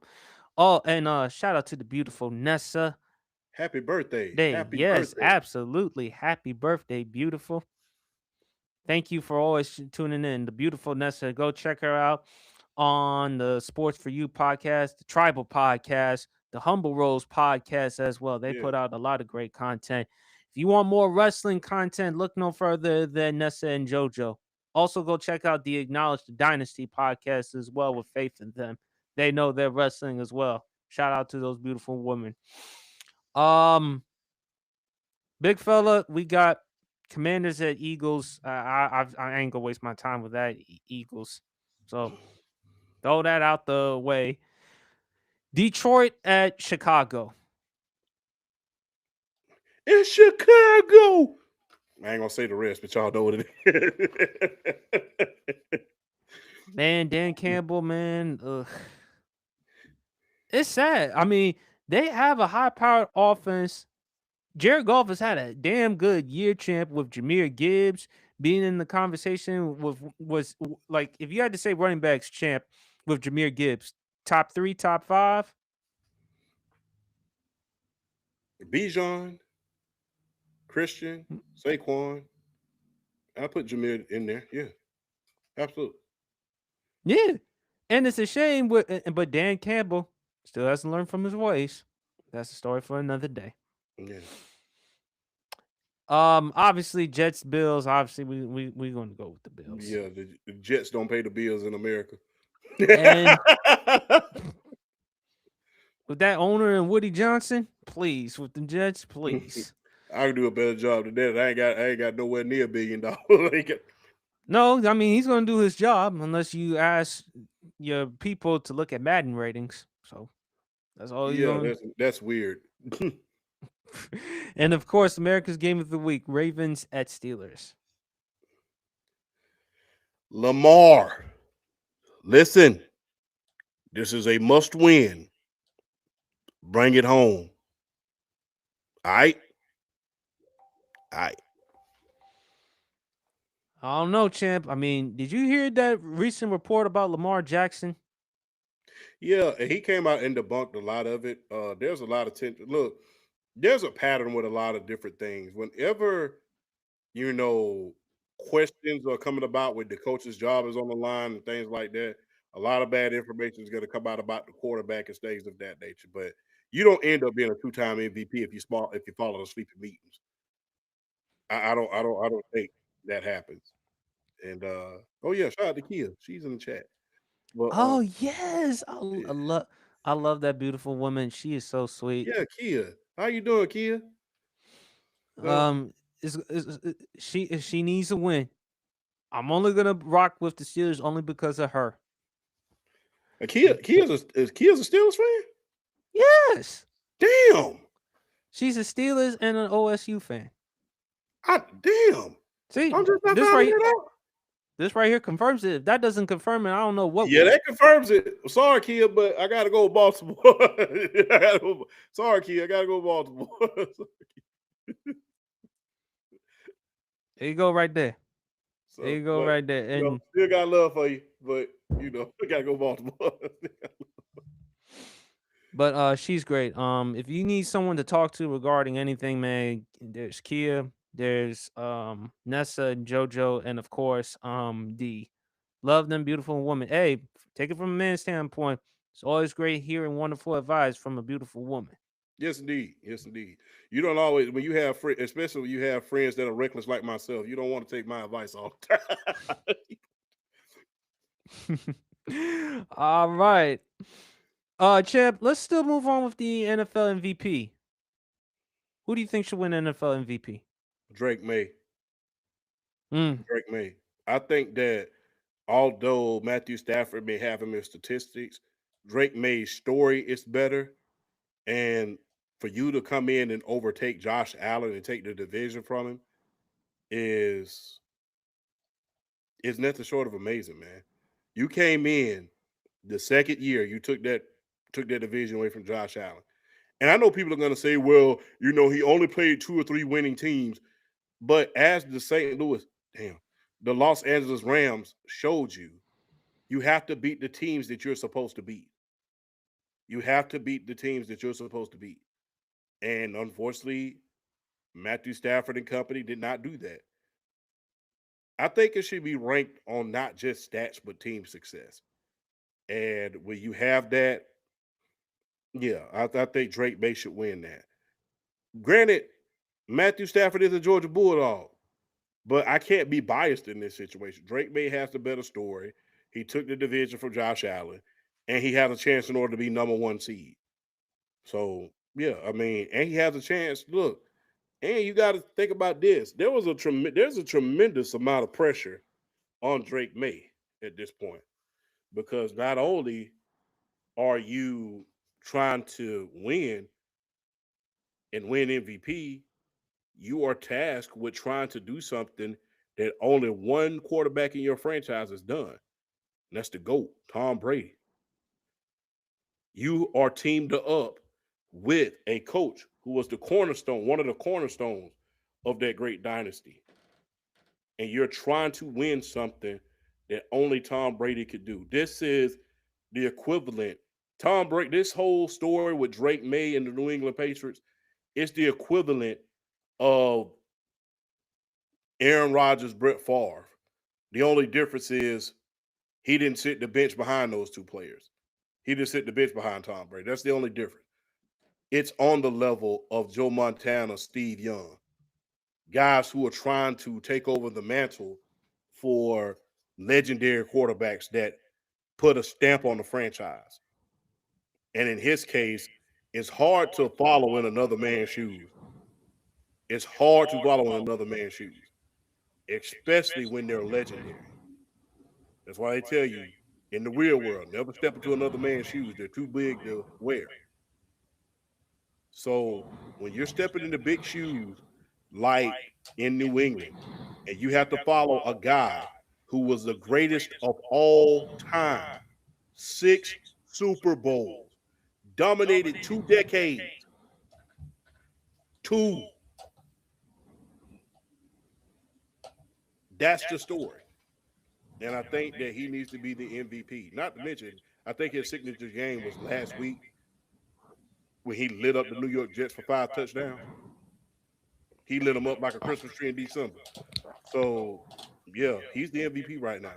Team success, individual success, not to mention story. I disagree with you with the Jets game, big fella. I think the on the road against Baltimore, Oh, okay. that was more impressive to me. Well, listen, we all make mistakes. Look, if the current president makes mistakes, we all are accustomed to make a mistake from time to time. I'm sorry. I will not hesitate criticizing the man when necessary. That's I mean, hey, we all prone to make mistakes, but I'm gonna go by what you said, champ. Keep it consistent. Because Lamar Jackson, you could have made an argument he should have won the MVP last year if it was based on stats. But I said no, give it to Josh Allen. Look what Josh Allen was able to do last year without Stephon Diggs. Outside of James Cook on offense, which is a story for another day. And by the way, if you're Buffalo, just run the ball more of James Cook. Keep doing that until Josh Allen in the playoff time, because that's when we need to see Josh Allen. But my thing is, champ, keep it consistent if you're the voters. If you're saying based on stats, then Stafford. But if you're talking about overall value, Drake May does add into the equation. Plus, you look at narrative, as you mentioned, champ. Second year for Drake May, first year head coach Mike Vrabel. This was supposed to be Buffalo to come out of the AFC. And by the way, we will discuss about this. I think there should be no excuse for Josh Allen not to get to a conference, get to the Super Bowl. This is your best chance of at least getting to the Super Bowl, considering how the New England Patriots, yes, they're back to glory days now, but they're a young team compared to what they were in the past, champ. Denver, there are questions about Bo Nix. Is Baltimore, are they going to make the playoffs or not? And we all know Kansas City, they're out of the playoff picture. Yep. So therefore, there should be no excuse for Josh Allen and the Buffalo Bills not to make it to the Super Bowl. But that's a story for another day. But when I look at it, like you said, champ, keep it consistent. If it's about value, then it should be Drake May because of what he's meant for the team. And I'm sorry with Stafford, and I love Stafford too, champ. I was at that 2009 NFL draft at Radio City Music Hall where my stepfather took me and my brother when Stafford was drafted with the number 1 overall pick. I can't ignore that 19-point deficit in which y'all blew against the Philadelphia Eagles. I certainly can't ignore that 16-point deficit at Seattle. And I also can't ignore the game against the Atlanta Falcons, in which you should win that game. At one point, it was 21-0 at one point. Again, and the thing is, we practically, look, let's just be real. I'm going to lean up and say this, and I'm an Atlanta Falcons fan. We practically handed them the damn game at the end. But for some reason, we handed them the game because the thing is, that first pass, dude was wide open. Second pass, dude was wide open. And they burnt Jesse Bates on both passes. So they was wide open. And he still couldn't capitalize. It's like, bro, because I'm like, look, I'm finna have to go online and make a TikTok about how we blew another lead. Well, we held on. Now they'll also, but they'll also argue, champ. Wait a minute, New England, they did blew a 21-0, 21-point lead to Buffalo, but we also saw Matt Stafford blew multiple leads as well. Multiple. So you have to. I can give away multiple, no.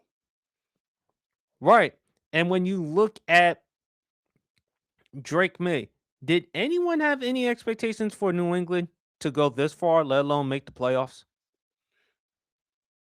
No. Probably not. No.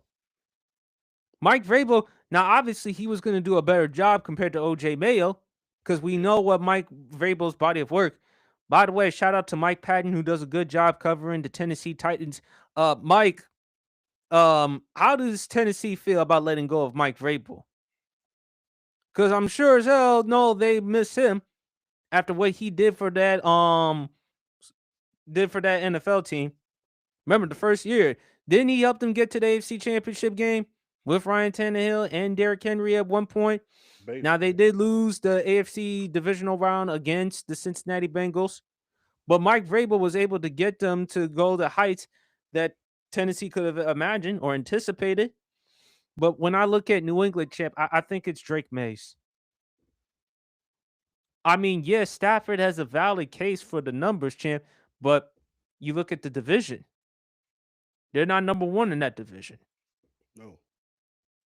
They're not even number two. I think they're 11-5 right now. Mm-hmm. Yeah. So that's what's going to hurt. And again, if the voters, you have to be consistent because the past 2 years you've been telling us it's about value. Now, 2023, if you're going to tell me based on stats, Dak should have won the MVP. He was the runner-up. He had 36 touchdown passes to 9 interceptions, over 4,000 yards passing. But in Dallas, they had the number 2 seed in the NFC. They were dominant at home. Mm-hmm. Prior to that playoff loss, home loss against the Green Bay Packers, they were dominant at home. But you gave it to Lamar. And last year, Lamar was putting up crazy numbers. But we gave it to Josh Allen because of his value. If you take away Josh Allen, how would Buffalo be? They'd win one game. One. They'd be lucky if they won that. I mean, look. So my thing is Drake May's going to win it because of you have to be consistent if you're the voters. It's just simple, champ. It's just the bottom line. You have to be consistent and simple. If you're telling me if it's just about value rather than stats, if you're telling me overall value, you have to give it to Drake May. And if it's based on stats, then you have to go with Matthew Stafford. I think if you're looking at it from the standpoint of value, I think it should be Drake Mays. It's just sad though because I wanted to see somebody else than a non-quarterback to win it. Because early on it looked like it was Jonathan Taylor's, but unfortunately, when the Colts fell apart, that's when we can't make the argument for Jonathan Taylor anymore or in any other position. But at least I'm happy on this point because it just validates what I've been saying all along about Drake May, man. He's just legit. He's just that truth. Again, that's not to say that I am not happy to have Jaden Daniels as my quarterback. I want to state that for the record. My concern with Jaden Daniels was his size. I do think Washington in year 3 with Jaden Daniels, they will be better. Hopefully, if they learn how to get younger players, and I told you, champ, you keep saying that the quarterback cannot throw on his back. You talk about that offensive line, but that's the definition of a pass rusher.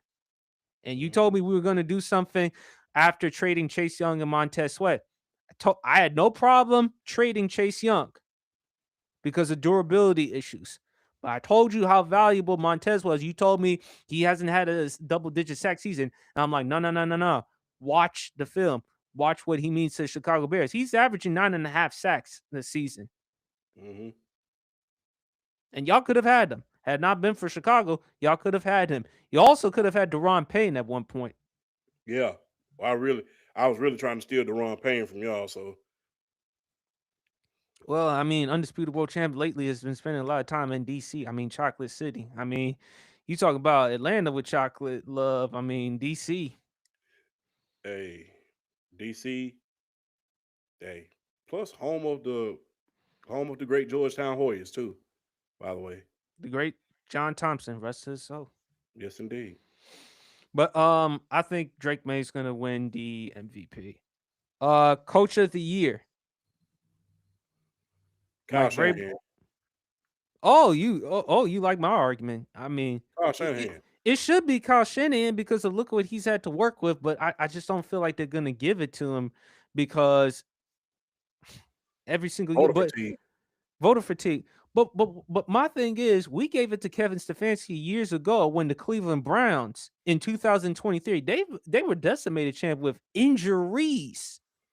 Yeah, They had to go with Joe Flacco at QB at one point, and got him off still the golf course. Got him off the golf course. and Indianapolis tried to do that with Phillip Rivers, but Phillip Rivers, I don't know, he been hanging out with you a lot lately. I mean, five guys. I mean, y'all been going to Costco's getting them hot dogs or whatever. There's this new place down here called Kicking. I think. Let me see. Hold on. I got it just yesterday, right before the new. Well, I got it right before the new year started. Hold on. There's this place, Kicking Bites. There's this place, yeah, called Kicking Bites. So they got this triple stack, this triple smash burger. It's to die for. So yeah, if y'all ever down in Columbus, Georgia, try Kicking Bites. That does good. Right across country plaza, right by the lobby here. So yeah, me and Phillip Rivers hung out there a couple of times. You know, chilled out there, parlayed, had some fruit punch. You know, enjoyed a couple of chocolate clusters after the fact. Yeah, man. You know, me and Phillip Rivers had a good time. I don't mind. I think Vrabel's gonna win it, but I wouldn't mind Kyle Shanahan because look at what Shanahan has had to do with all these injuries. They have a chance to actually win the number one seed. And like I said before with Mac Jones, I've said it and I'll say it again. I believe had the 49ers had drafted Mac Jones instead of Trey Lance, they would have been exactly where they are right now. Yes, indeed. Because he fits Kyle Shanahan's offense. It just to me, it seems like they wanted to go with Trey Lance because of the upside. Same Yeah, kind of like how the Colts did with Anthony Richardson. yeah, a lot. Upside don't necessarily get you nowhere. Upside always. Me and my father had an old saying: "Upside get you put upside down." That's true. That's true, man. Defensive player of the year, obviously Miles Garrett to lose that one. Miles Garrett. Offensive rookie of the year. Uh, man, that's a good one. I would have gave it to Quinshawn Judkins before he got hurt. Would have gave it to Quinshawn Judkins before he got hurt. Um, I got McMillan. yeah, McMillan.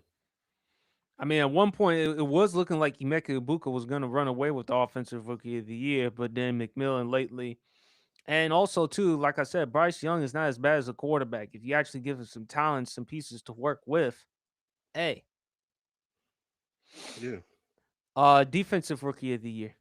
Um, Carson. I can't pronounce that guy's last name in Cleveland. He's fifth in the league in tackles. I can't pronounce his name to save my life.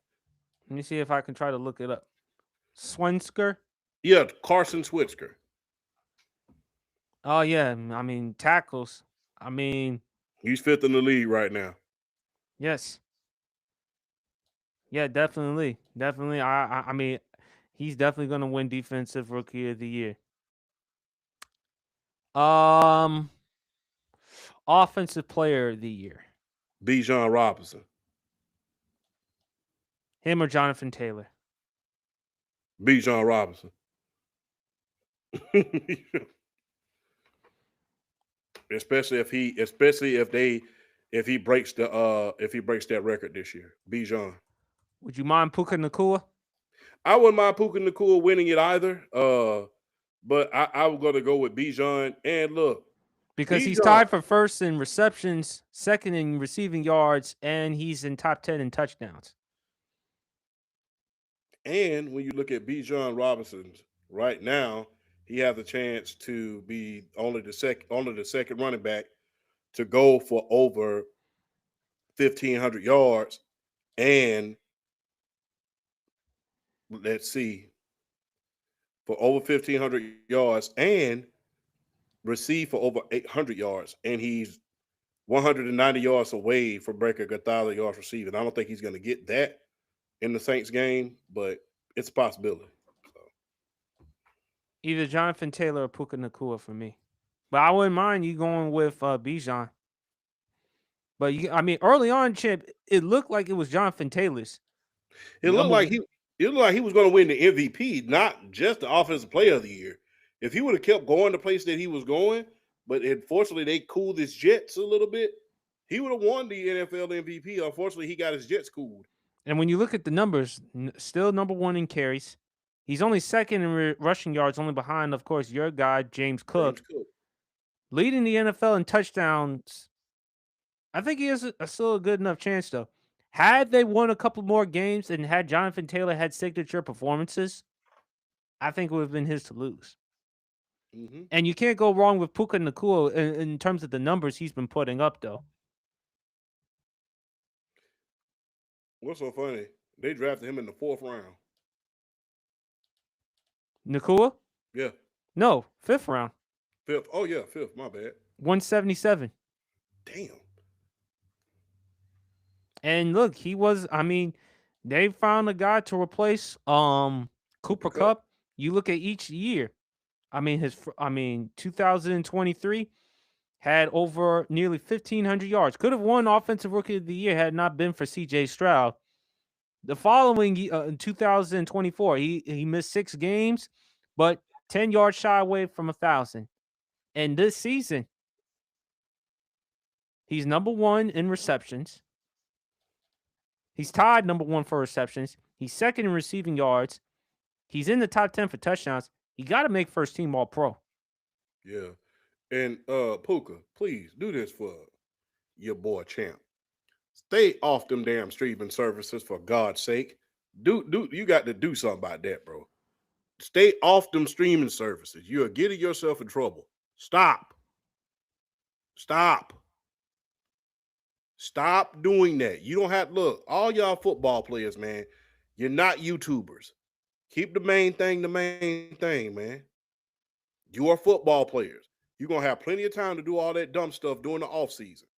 Stay off of social media like that, man, especially on these streaming services when you can cause controversy and bring unwanted attention to yourself.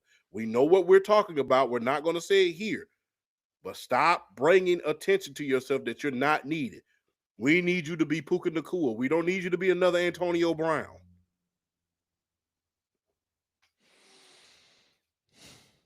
Well, you said a mouthful. I'll allow it. I mean, if I can say certain things about the certain man in office, I'll let you say that. But in all seriousness, yeah, he keeps putting himself in the news for all the wrong Yeah. reasons. Even Rich Eisen told him that, and you know exactly what I'm referring to regarding with Rich Eisen. So we Yes. won't go any further. But you got Bijan. I'll go with either Jonathan Taylor or Puka Nacua. But let's talk about my favorite subject, big fella. Babyface heel. Now, for those who may not know what babyface heel means, in wrestling language, babyface is a good guy, a heel is a bad guy, a tweener is someone in between babyface or heel. So I come up with a list of athletes or celebrities, and me and the panel, we're going to decide whether they are a babyface, heel, or tweener. Donovan McNabb. Babyface. Babyface. Mm. The Well, go thing ahead. is, look, I understand that whole beef with him and T.O. Well, not just that other reason, but I'll. Other reasons out off the field as opposed to his career. But as far as his football career was concerned, it was the only reason why he wasn't more likable because he played for Philadelphia. Philadelphia Eagles are a hard crowd. I mean, like I always say, there's 3 places that you could get your behind fired at quick: Philadelphia, Auburn, and the SEC. And look, we saw it last year, man. Although they went to a Super Bowl with Nick Sirianni, you know, I mean, people before he won that Super Bowl, they was calling for his job. They was calling for Jalen Hurts to be traded. And when you go to Super Bowls and you don't win them, they're going to be calling for you. And I think that's unfortunately, when you look at Randall Cunningham and Donovan McNabb, unfortunately for those 2 guys, the Philadelphia story is always full of regret. Because their entrance on the way in and their exit on the way out was nothing pretty. It was nothing pretty. Remember, Donovan McNabb got booed when he On the got day he was drafted drafted. because they wanted to draft Ricky Williams. Thank God for Andy Reid, man. Like I said So before, imagine if Donovan McNabb had won a Super Bowl champ. There would be discussions about him being in the Hall of Fame. yeah, I mean, there'll be more discussions about him. He has more touchdowns than Troy Aikman. He has more yards than a lot of guys who are in the Hall of Fame. But you know, with the quarterback position, it's very, very tricky. Either you're going to be the best in the league for a long period of time, or you're going to have to win Super Bowls. And unfortunately for Donovan, he was good, but he was never considered the best quarterback in the league. he was That's at my least problem. top 10. Yeah, you got to be elite. Well, at least top 5. Top 5, top 10, around that ballpark. I Yeah. mean, obviously there was Brady, there was Manning, there was Dan in the early Favre two at the beginning, Brett Favre in the early Phillip Rivers, Drew Brees, Breeze. I'm talking about in Matty the Ice. early. I'm talking about before I'm talking about before Breeze in New Orleans and Philip Rivers in San Diego in the early 2000s. Well, remember Brees had that comeback player of the year season when he was in San Diego as well. He had a Yeah, couple of brilliant seasons in San Diego as well. but would you have taken him during that time over Donovan? No, but he did have some brilliant seasons. No, I'm not disputing that, champ. No. I get what you're saying, but yeah, I had that. It's a common misconception that he didn't do anything until he got to New Orleans. Well, that's false. Yeah, Marty he was Schottenheimer able. Yeah, Marty really wanted him back. He wanted him back. So especially the year in 2004 when they made the playoffs, and unfortunately for them, they lost in the wild card game to the New York Jets. yes, Yeah, so it was a lot of competition, man. Everybody can't pass that threshold of being the absolute best. And remember, he wasn't. I mean, and I hate to bring this up. During the 2000s, he wasn't even the best black quarterback in the league. That was Steve McNair. Then a yeah. close second was Dante Culpepper. Then you have to look at Michael Vick during that era. As far as the highlight reel was concerned, he wasn't even the best black quarterback as far I as I ability was would concerned. I would put Donovan over Dante. I'm talking about as far as MVP caliber seasons by the numbers. Yeah, Yeah, in '04, especially the year yeah. Oh, that, '04. oh, Yeah, that yeah. '04 year, Dante Culpepper was able to make the Pro Bowl primarily due to Randy Moss's contributions. Yeah. Then Dante, I think he got to the NFC Championship his second year in the league. So I mean, if you really look 2000, at it, yeah, the 2000-2001 season out of yeah, Central Florida. But would you say he was better than Donovan? I wouldn't say he was better than Donovan. But I'm talking about. I know it. You got to add context to stats, but at his best, the stats were a lot better. It's just like you know, I know context matters because he didn't have the weapons that Dante did, but I'm still not putting Donovan McNabb over Steve McNair during that time. No, I'm not putting. No, I would still put Steve McNair. Remember, he also won the MVP in 2003. He and Peyton. Yeah, And he so also had some great seasons at Music City in Nashville. But I was yeah, talking about Dante Culpepper, champ. yeah. When you really look at Donovan McNabb during that time, he was never considered the best quarterback in the league, and he wasn't even the best black quarterback in the league during that time. That title belonged to Steve McNair at his peak. So, Would you say? although Would you say? Do- Now, clearly, obviously, he was not better as a quarterback, but Michael Vick obviously was more recognizable than he was Donovan. more recognizable, yes, and Not not better only that, quarterback. Not better not a better quarterback. quarterback. And look, Mike Vick didn't have any weapons neither. And he was still able to get us to the NFC Championship that one year, lead us to the playoffs in his sophomore year, go on the road in order to beat Green Bay. So it's a question. So the thing is, it's not just a question of were you the best in the league. And like I said, I hate bringing up the R card, but the thing is, you wasn't even during that time, during your era, the best black quarterback in the league. That title belonged to Aaron McNair during that time. And you had a lot of competition, I would say statistically, with uh with Dante Culpepper, with Michael Vick, with guys like that. So when you put that all into context, you were good, but not necessarily great. Plus, during that time, you got to think about how easy your division was. You look at the New York Giants at the time when they had Kerry Collins and Ron Dane. They had some nice players, especially with Jeremy Shockey, and then later on they had Kurt Warner, Washington. I mean, come on now. Yeah. And then you And look then at Dallas, Dallas. They they had had the Quincy Carter era. Carter, Yeah, the Quincy Carter era up until they got Bill Parcells. They wasn't Sills. any good. So, yeah, you had an easier division. And Steve McNair was playing Peyton Manning and Mark Brunell and Byron Leftwich every single year in a harder division and winning the MVPs, going to the Pro Bowls, going to All Pros, getting hurt Not damn to near every mention, single year. Yeah. And yeah. and not to mention, champ, the disappointments in the NFC Championship games, particularly with Tampa Bay and Carolina, Mm-hmm. in which you were the favorites to win those. Yes.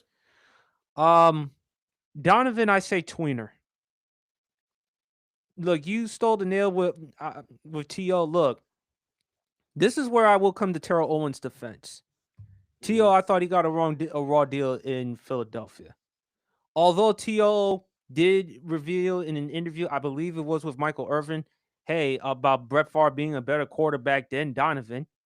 Although you wouldn't have admitted that because again, you play for that same player. He's on your team. But at the same time, let's look at the contract situation. To wanted a new contract in Philadelphia. Donovan didn't want to get involved, but spoke on behalf of Brian Westbrook. And again, no problem with Brian Westbrook because he was a very good player during that time with the Philadelphia Eagles, not only just running the football, but also catching it. Yes, indeed. So T.O. looked at that as betrayal, as hypocritical. Wait a minute. No disrespect to Brian Westbrook. You can speak for him, but you can't speak for me, given my production. And the reason why y'all brought me there to Philadelphia was to get y'all to the Super Bowl. Look at the weapons how he had. Greg Lewis, James Trash, And Todd. Todd Stinkston. Did you He's just not get that Todd from Stinkston. Shannon? You got that from Shannon Sharp, didn't you? He started. No, me and my father made that up. We call him Greg Flewis, Todd Stinkston, and James Trash. Because that's all they were. They were trash. But I did like the rest of the other Eagles running backs, particularly Deuce Staley and Corral Buckhalter. I did like them, other than Who Brian Staley when Westbrook. he was healthy. Yes, he was very sturdy. I mean, he could run. He was excellent with the ground and pound game.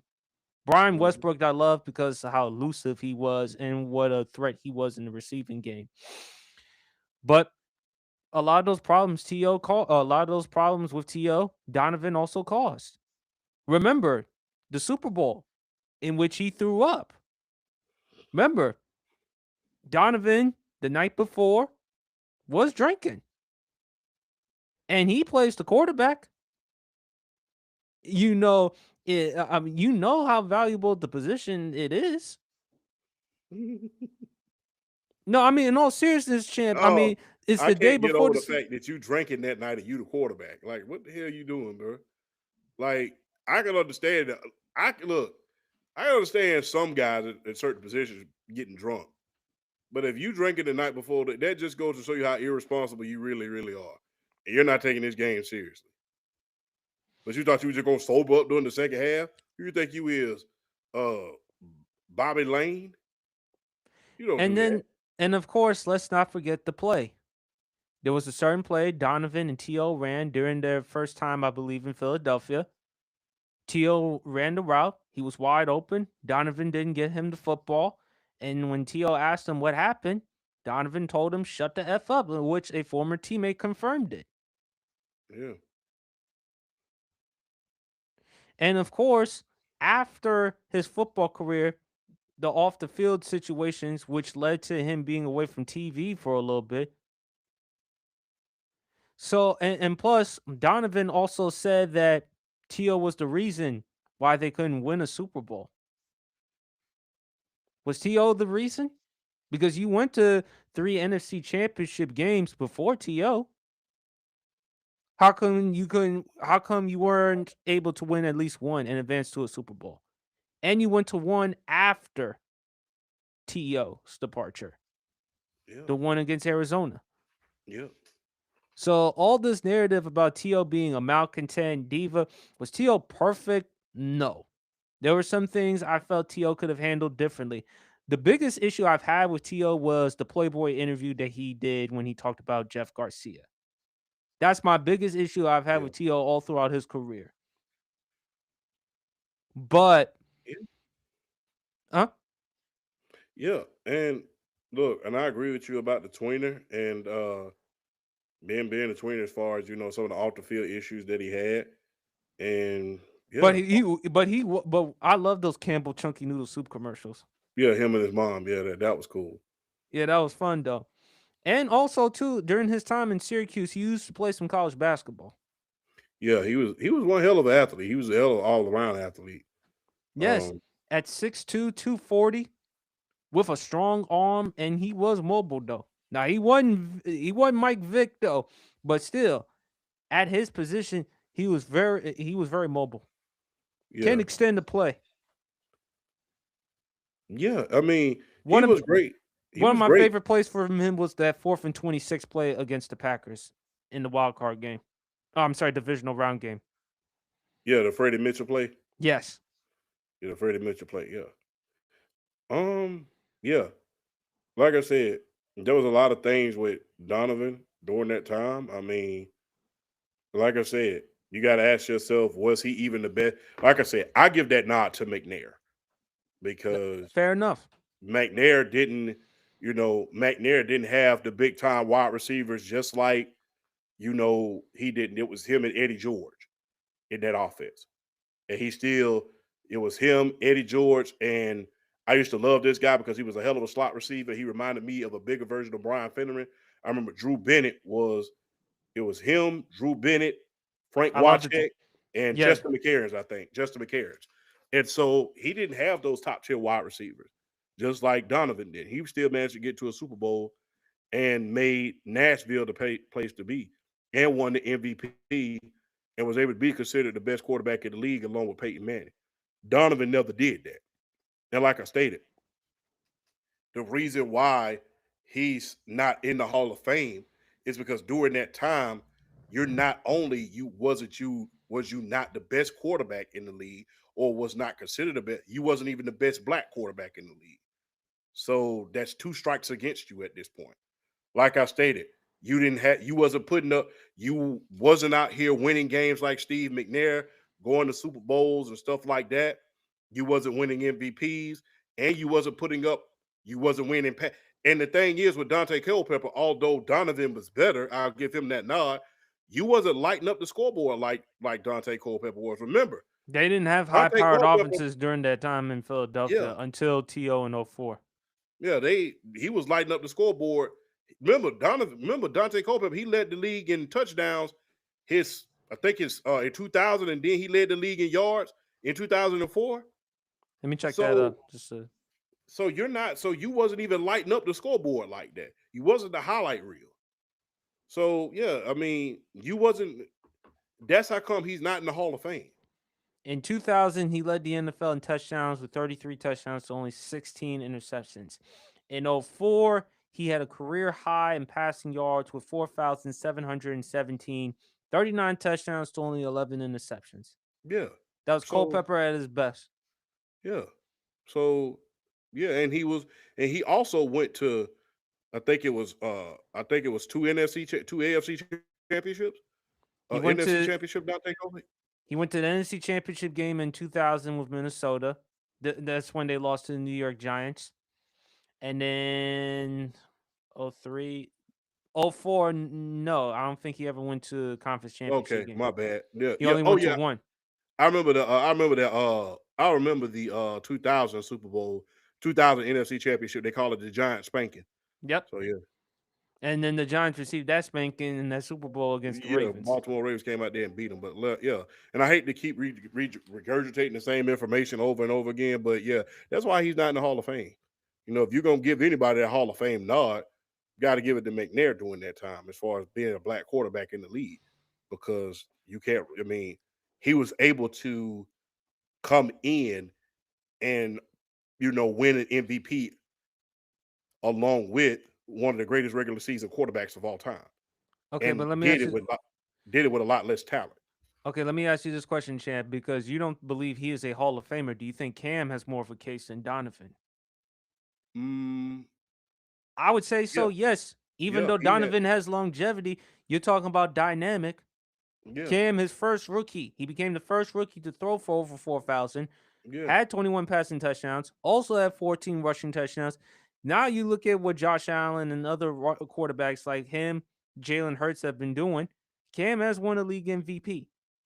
Cam yeah, has been to a Super Bowl. He hasn't won a Super Bowl, but he has been to a Super Bowl. yeah. And from a talent standpoint, even though Cam had issues with his accuracy, and you would know because obviously he played in your division, the NFC South. Yes, indeed. And he played like, and that's another case that I would have for Cam over Donovan. He played in the heart of the division, played in the same division as Matt Ryan And and Drew Drew Brees, Brees. two other Hall of Famers. So yeah, you didn't play in a hard division for the majority of your career. Dallas was really down in the dumps during that time. They were on their way down. Washington, and then the New York Giants, they'll have a good year here and there, but they wasn't necessarily a powerhouse every single year. So you had free reign in order to get yourself not just to a Super Bowl, but to win at least one or two Super Bowls. But you wasn't able to get it through. And look, I understand we're gonna say he didn't have weapons, but before Steve Spagnuolo was the defensive coordinator for the Chiefs, right? Yes, Okay, before Steve Magnolia and that Spagnolia.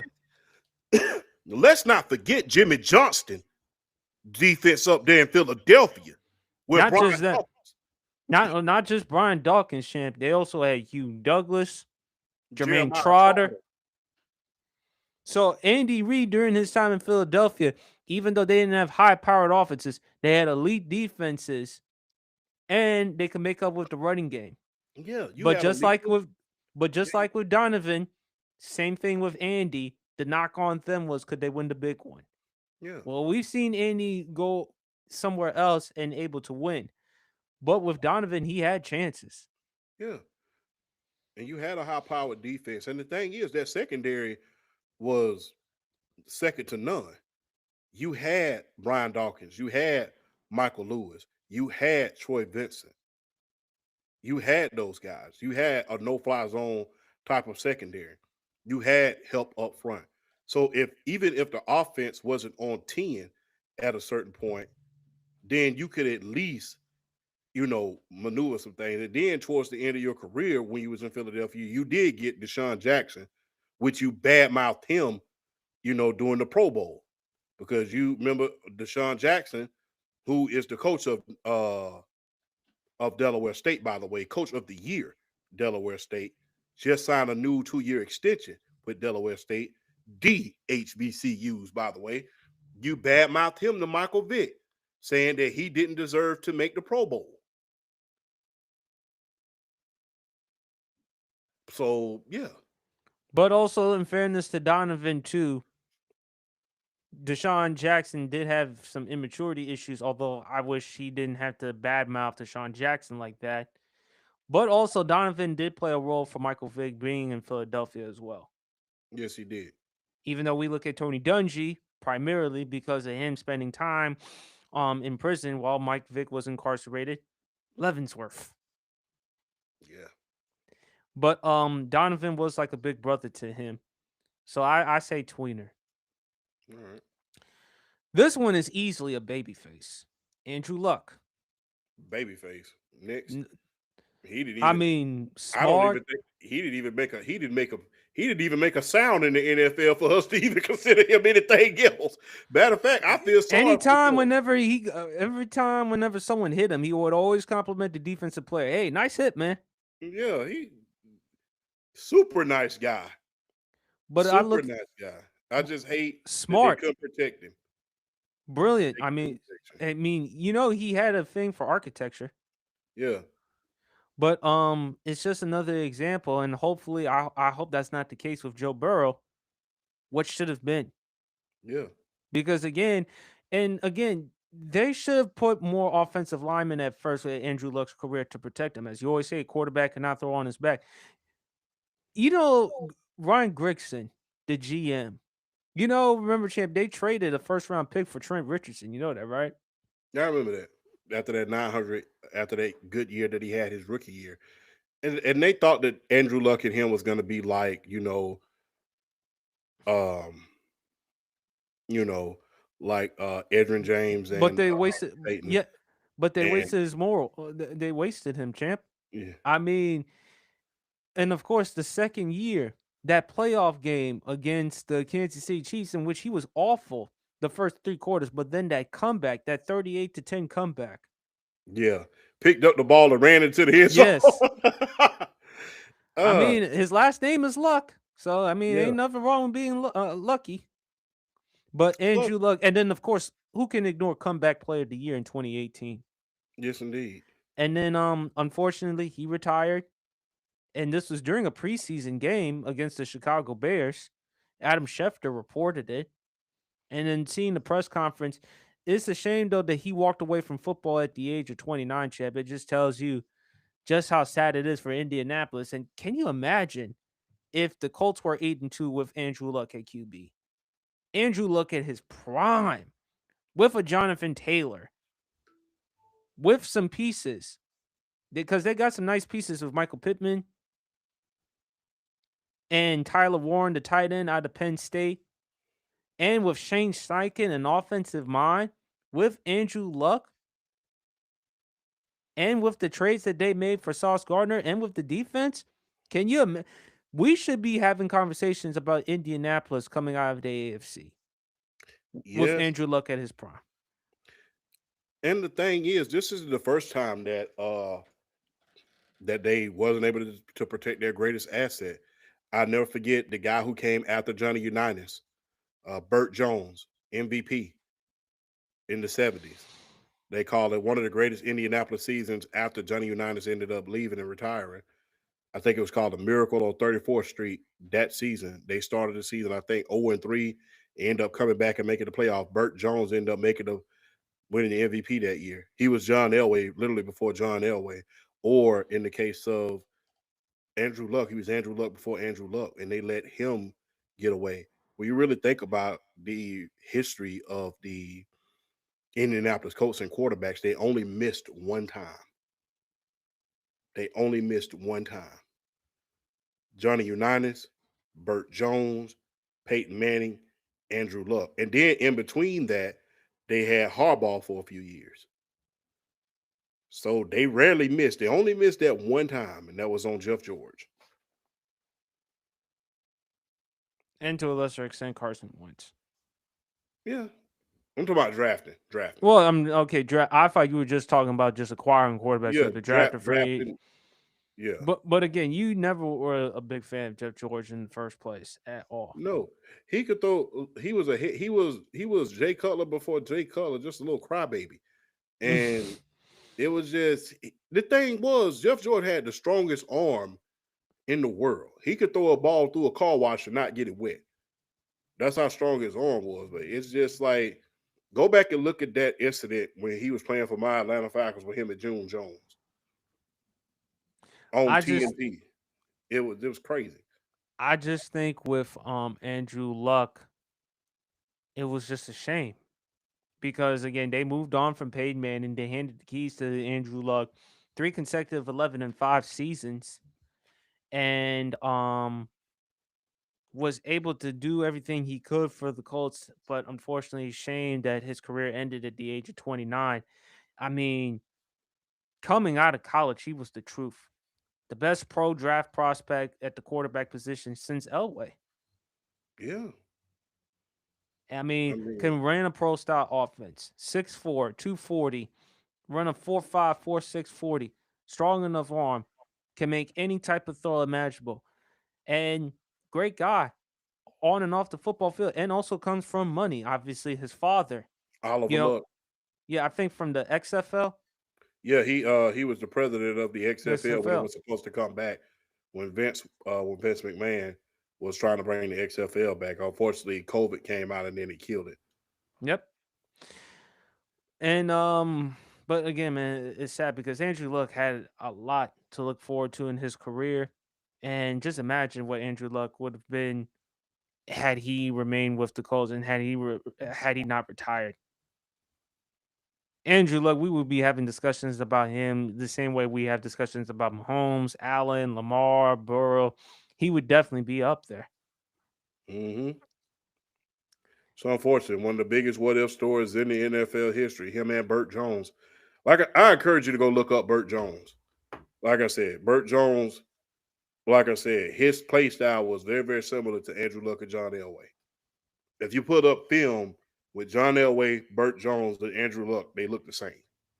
But as So you always say, big fella, quarterback cannot throw on his back. on his back, and yeah, Well, I mean, and look at John Elway. Remember, he had to play with an ACL injury.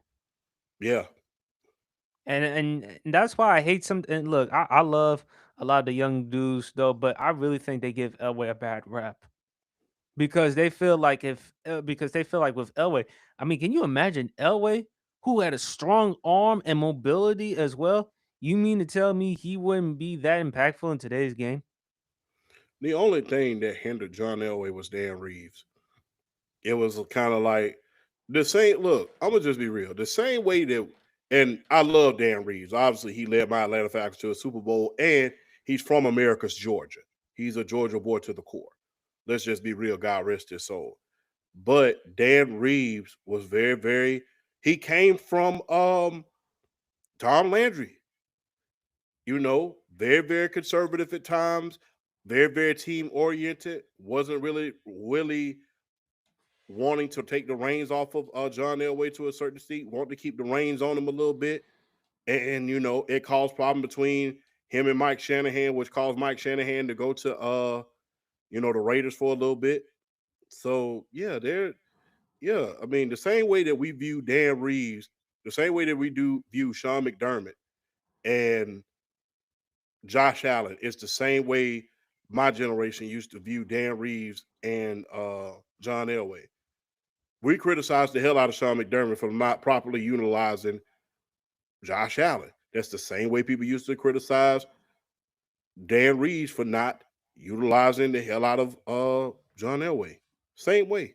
Ain't nothing new up under the sun. I just think because of the modern standards, champ. They look at Elway and his completion percentage, his stats, his yards. But again, that was in different eras. The physicality, defenses. You can't hit the quarterback now. You can't hit the quarterback back then like nowadays. And They imagine if broke. Elway would be much more protected. They broke. They we they. The real reason why the Steve Young trade happened for the for the San Francisco 49ers is because they broke Joe Montana's back because he got hit so hard by Burt. So yeah, I mean, stats don't always tell the story. Got to go past the eye test. Got to go past the eye test. And as far as those three Super Bowls that John Elway lost, look who he lost them against. Lawrence Taylor. 49ers.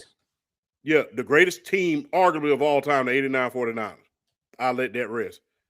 Lost against Doug Williams and the Washington Commanders. Commanders, not the other word, the Commanders. I said what I said. So the Commanders. And if you really look at it, that team was loaded. You had the posse, Art Monk, Ricky Sanders, Gary Brown. You had the Hogs on that team. Had George Rogers, Timmy Smith came out of nowhere and had that uh, that incredible, that incredible running game during that Super Bowl. You had the defense with Dexter Manley, Charles Mann, just to name a few. So you got to look at who people lost to. Not to mention the first Super Bowl he played again. Look, let me ask you something. The first Super Bowl that they lost to Against was in Lawrence Taylor, the last defensive MVP. in '88. They went to the Super Bowl the following year. They got blown out by the Commanders, 42-10. And then they lost to the 49ers And 55 to you got to 10. look at each of those teams were considered one of the best teams of all time. And the thing is, imagine being any quarterback and facing. No, the thing is with that team, people always want to stop at Lawrence Taylor. Harry Carson is in the Hall of Fame, one of the best middle linebackers ever. And he was especially impressive at the goal line. Carl Banks was on that team, who was on the other side of Lawrence Taylor. Then you had Gary Reasons. That's four all-pro linebackers that you have to face. Not to mention you had Leonard Marshall, who was an all-pro defensive line as well. So that's the team that you lost to. And guess what? Is it John Elway's fault that Timmy Smith ran for over 200 yards in that game that he faced Doug Williams? No. Did John Elway give up 7 touchdowns on the offensive side of the ball? No. Did John Elway give up 40 points in the first half against the San Francisco 49ers? Did he go for the knockout blow against Jerry Rice when he should have just tackled him in order to start the game? No. As far as defensive players, you can put Harry Carson amongst one of the greatest for the Green New York Giants. He Yeah. was a 6-time second team All Pro as well as a 9-time Pro Bowler champ, and Yeah. also career NFL statistics. Played for 173 games, 11 interceptions, 14 recoveries, fumble recoveries, 8 sacks, 1 defensive touchdown. 2002 was inducted into the Pro Football Hall of Fame. Champ, it's just because he didn't have that much help during his time in Denver when he went up against those 3 Super Bowls. And then later on in his career, they finally got him some more offensive talent with a Terrell Davis, with a young Shannon Sharp. And Ron so, Smith, Ed and McCaffrey, Christian yes, McCaffrey. Ed McCaffrey. So finally, when you gave him more weapons to work with, hey, he was finally able to capture a Super Bowl. Yeah. And also his defensive coordinator, Greg Robinson, Shannon Sharp often recalled saying, that Super Bowl when they beat Brett Favre. Guys, he's gonna make plays, but he's gonna give us an opportunity to make our plays. Let's just make sure we secure the plays he makes for us. Exactly. And look, as much as we get him flack for losing those Super Bowls, we got to give him just as much credit for For actually winning that getting first Super Bowl. Remember who he beat in order to get his first Super Bowl. Brett Favre owned the league during that time. well, not just Brett Favre, big fella. He also too the Minister of Defense, Reggie Yeah, White. yeah, Also too, home was Holmgren there at the time as the head coach. yeah. So Mike that Holmgren, so it just tells you not just Favre, but also how packed that Green Bay Packers team was. And Derek then Carper was on that team. And then you look at Atlanta, even though with Darren Reeves there, but still they were able to pull off the upset victory against Minnesota at Yeah, Minnesota. exactly. So yeah, we had enough defense. You got to think about the people that he beat in order to get there. We had Jamal Anderson, we had Brian Fennering, we had a lot of those great players on the offensive side of the ball. We had Ray Buchanan, unfortunately, because you remember how Ray Buchanan was around there with a doggone dog collar on, talking about what he gonna do to Shannon Sharp. But I digress. Then But we I had but I, Eugene Robinson, but had a I lot of just great players. but I think Champ it's all on recency bias. Yeah, Like with Jerry Rice, like I think Jerry Rice is the greatest wide receiver in NFL history. bar none. But some will look at it and say, well, I mean, it did help when you used Stickum, but at the same time, it was pretty prevalent during that time. Stickum was And he, outlawed in like the year after Jerry Rice got into the league. People are going to sit around here. Oh yeah, he used Stickum. Stickum was So a lot outlawed. of people use Stickum. It was pretty prevalent around that time. But at the same time, despite running a 4.6 at the combine or whatever it was back then, how he was able to get past the defense, his route running ability, and the numbers that he was able to put up against tougher competition. And he was still balling over the age of 40. You saw in his later days with the Raiders and with the Seahawks. Yeah. And that whole thing about Jerry Rice, that's a flat out lie about Stickum. Stickum was outlawed in 1981. They call it the Lester Hayes rule. So the whole thing about him, oh yeah, Jerry Rice used Stickum. Stickum was outlawed by the NFL in 1981, the year after Lester Hayes caught 14 interceptions. It Yeah, it wasn't says it even right here. 90 sticky substance used by players, especially by Oakland Raiders cornerback Lester Hayes, to improve grip on the football. Hayes' excessive use of the adhesive on his hands, jersey, and helmet led the league to create the rule, which significantly impacted his post-ban performance despite earning All-Pro honors. yeah. And they didn't even ban it because of wide receivers. They banned it because of Because he defensive was a play. DB. Yeah, they banned it because he was a DB. So people talk about Jerry Rice and Stickum. He couldn't even use it. He would have got kicked out of the league. That just goes to show you that Google is free, people. Oh, he used Stickum. It was outlawed when he came into the league. Google is free, people. You ain't got to pay for it. I graduated college because of Google.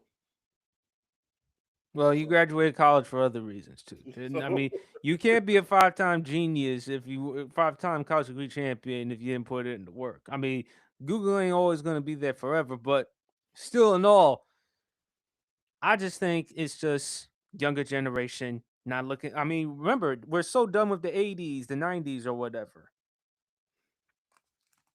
what's so funny? I just look at it from the standpoint. Don't compare eras to other eras.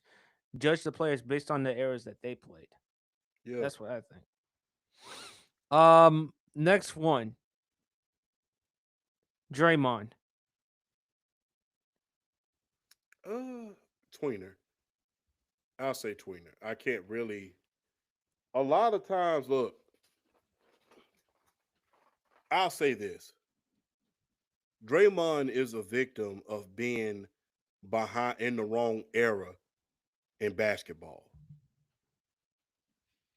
In any other era, in the Michael Jordan era, Draymond would have been applauded. In the early 2000s, he would have been applauded. Like the Bad Boys I with Dennis mean, Rodman. yeah, like the bad boys, like Rasheed Wallace, like Ben Wallace. If he would have played in any other era, he would have been applauded. You know, now outside of kicking people in unmentionables, that's a whole nother story.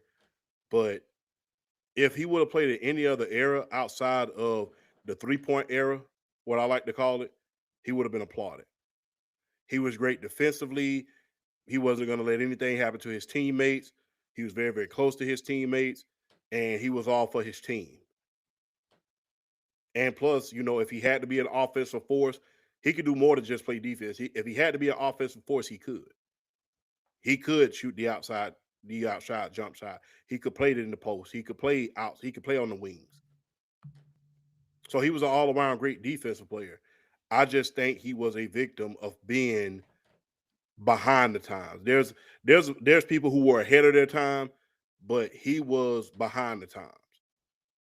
He was a basketball player playing in the 20 in the 2010s and the 2020s when he really belonged in the early 2000s, the 90s and the 80s. I believe if he would have played in any other era, he would have been applauded rather than vilified. We've seen a hell of a lot worse players than that. So I really think that he got a bad rap again, which he brought that on himself for costing his team that 73-9 victory. I You're really talking think, about Game 4 when he hit LeBron in the you know what, and yeah, then what he allegedly called LeBron, yeah. to which But that's what led to the Game 5 suspension. yeah, so if he wouldn't have did that, they would have, that dynasty was good, but that dynasty would have been even better. But he's a victim of being behind the times. Now, a lot of the stuff he does bring on himself because he's a very, very volatile player.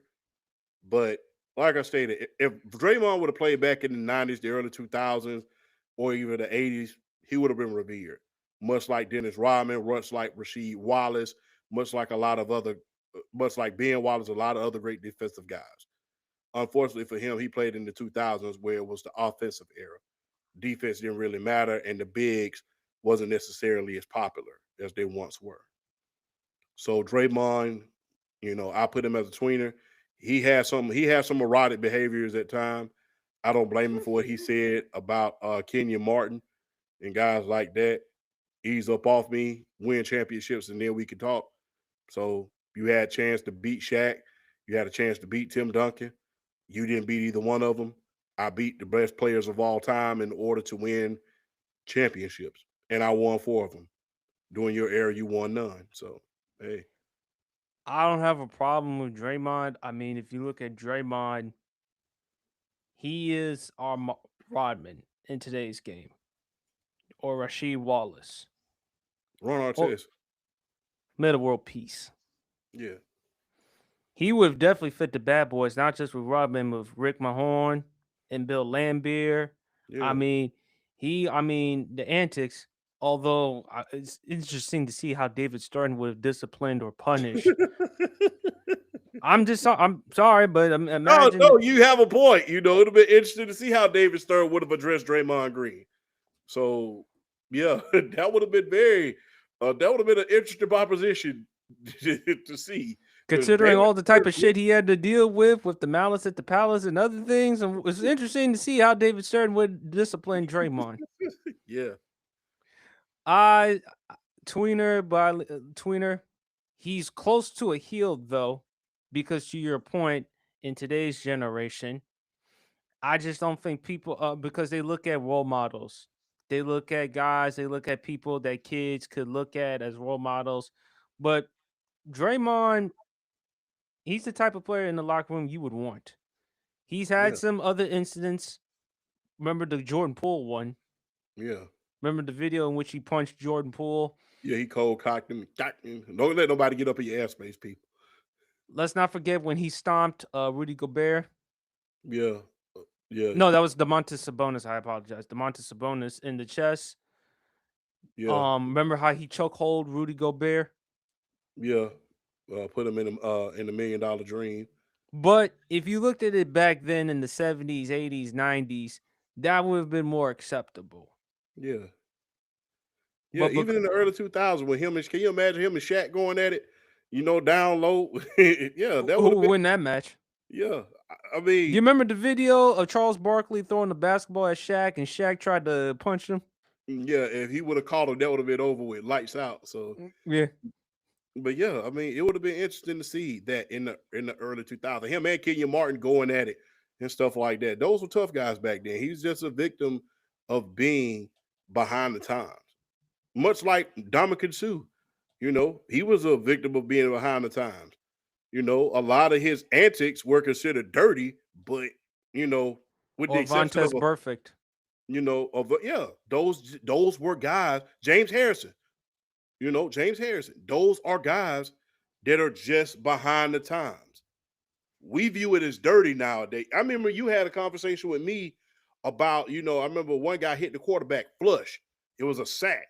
But, unfortunately, he slammed him to the ground, and that was deemed roughing the passer. I said it was a bull jive call. You said, champ, you got to realize you're not in the 90s anymore, or early 2000s anymore. I remember me and you having this conversation. That's a Are clean hit. you You're on are your are line. you are you referring to the Lamar Jackson one?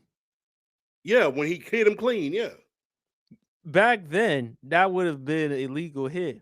But considering how much there's so much emphasis with the quarterbacks, how they want to Yeah, protect the quarterback, and I don't like that myself, champ. I said it before. Look, football, I understand you want to protect the most valuable component, which is the quarterback. But when it comes to a sport like football, injuries occur. And whether anyone wants to admit it or not, that is an accepted component to the game. yeah, And it wasn't like it was a dirty hit or anything like that. The man put his body weight on him. I mean, it's not like he hitting him below the knees no, or under the belt. nope, It's not like it was a cheap shot or helmet to helmet. I can understand that. And even back then in the 70s, 80s, and 90s, that was legal. yeah, But with Draymond, yeah, I just because of social media. yeah, If we were back in the 80s, 70s, around that time, champ, that would have been more acceptable. Yeah. There would have been conversations about Draymond, but not as much in today's world, especially with social media. All right, big fella.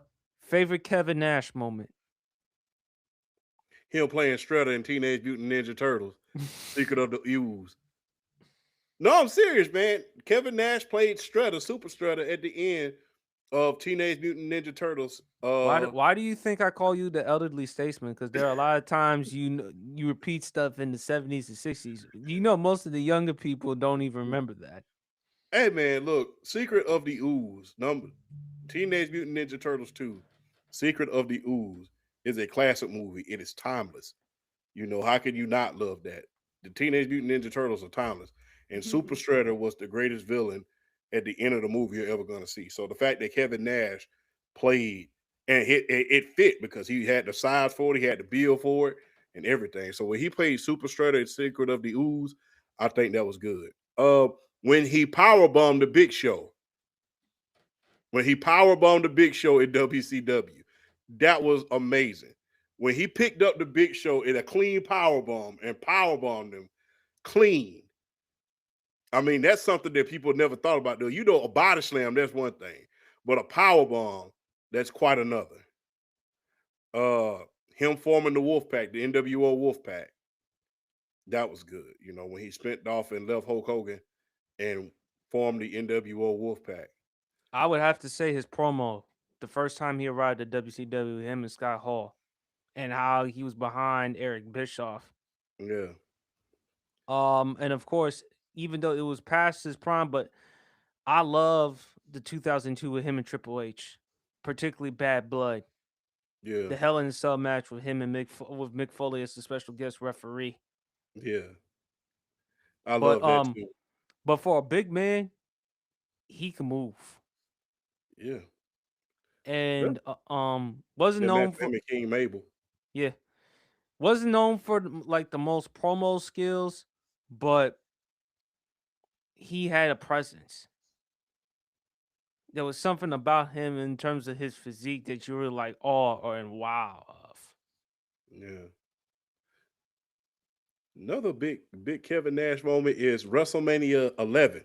I know people remember that moment from Lawrence Taylor getting in the ring with Bam Bam Bigelow, but When he beat remember Shawn when Michaels, yeah, and no, even before that, remember the whole night Shawn Michaels was trying to get Pamela Anderson to walk to the ring with him. And you know, Pamela Anderson back then, she even was now, fine. she was fine as cat hair, man. I'm just gonna be real. But everybody he was trying to get her to go to the ring with him. And then instead of, getting Pamela Anderson, he got Jennifer McCarthy to accompany him to the ring. Him and Sid Vicious, right?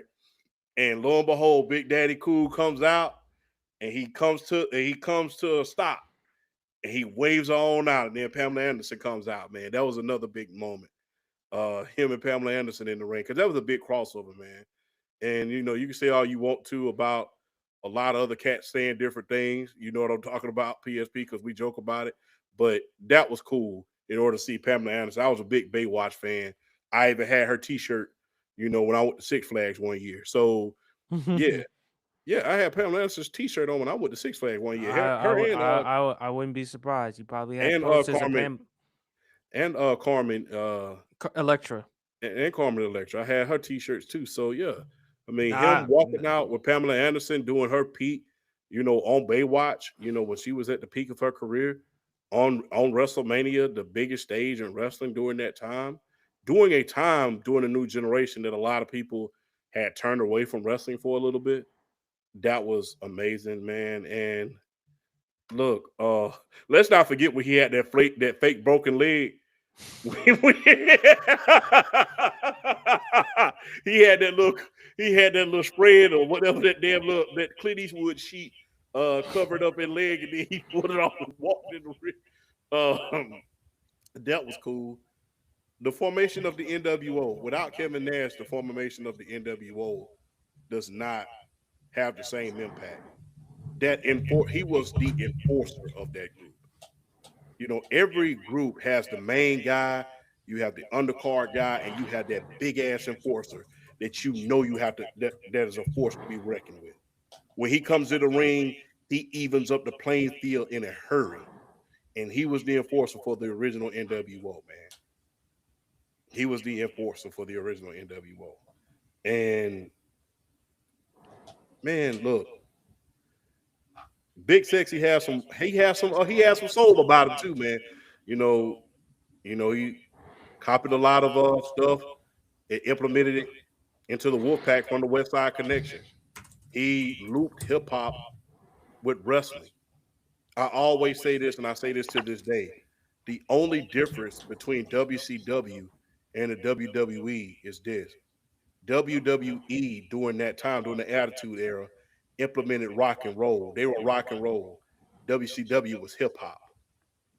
Well, of course, obviously with the NWO, the Black on Black, they looked Yeah, at NWA, and also too Bischoff. To your point, Vince perfected it, but Bischoff originated it. yeah. He was the first. He was the first boss heel in wrestling. He was. I just think during their time with NWO, how they were able to acquire Dennis Rodman there during their time. So I love that. But Kevin Nash, I just loved the matches. And also too, they tried to bring back the NWO when they were there in 2002. Yeah, had to So bring it back then. Biggest fumble in WWE history is not getting Kevin Nash and the Wolfpack over for the real invasion in 2000. They would have had matches for the next 2 to 3 years if they was able to get him, Lex Luger, Goldberg, and guys over there to WWE back after WCW closed its doors. Kevin Nash was a big reason why I love watching the WWE and WCW. Kevin Nash was a big guy, man. He was a big, smooth guy. Had the hip hop and had the charisma, had the size, had the ability. And man, that was like I said, when he lifted up the big show, that was for a power bomb. That was nothing short of amazing, man. Not too many people back then could get the big show up. A select few. So when they got him up in the air, it was a feat. So got a big ups to Kevin Nash, man, because without Kevin Nash, there is no guaranteed contracts in wrestling. Wrestlers are still being getting paid on the low. Kevin Nash and yeah, those obviously him, Goldberg. Yeah, remember when WCW departed, when they were gone in 2001, Kevin Nash, Goldberg, they were still able to get paid yeah. while I sitting would at home and doing nothing. I would And have stayed that, I would have stayed at home too if I was getting paid $2 million a year to sit down. well, who wouldn't? Shit. I'm just being real. If I'm getting paid and that check fall on the first 15th of every month, there's $2 million at the end of the year. Only thing I do is pay my taxes. And I'm gonna plus, sit you on be a down. fool. Plus, you be a fool to work elsewhere to make less money. So the Exactly. best thing to do is stay at home. Exactly. So, but Kevin Nash and also Goldberg too. You Yeah. gotta give Goldberg enough credit as well too regarding that guaranteed contracts. Yes, indeed. Favorite Beyonce track. Before I go with Beyonce tracks, if you have been to a Beyonce concert, I know you have been to one, the Renaissance tour. I told you I went to one in New Orleans. It is something to die for.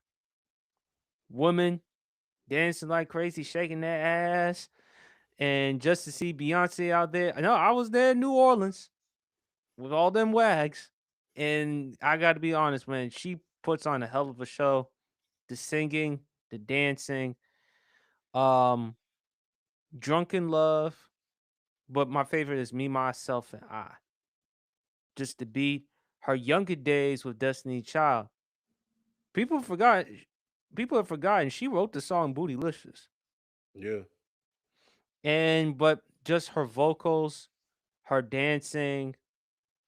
I mean, Bonnie and Clyde with her and Jay Z. Just her work in general, and from her to be from Destiny's Child to now all of a sudden to where she is right now, and to win a Grammy for a country album, Queen Bee. I mean, of course, irreplaceable. Shout out to the great Neo for writing that track. and just how she was able to collaborate with a lot of other great songwriters, Neo, The Dream.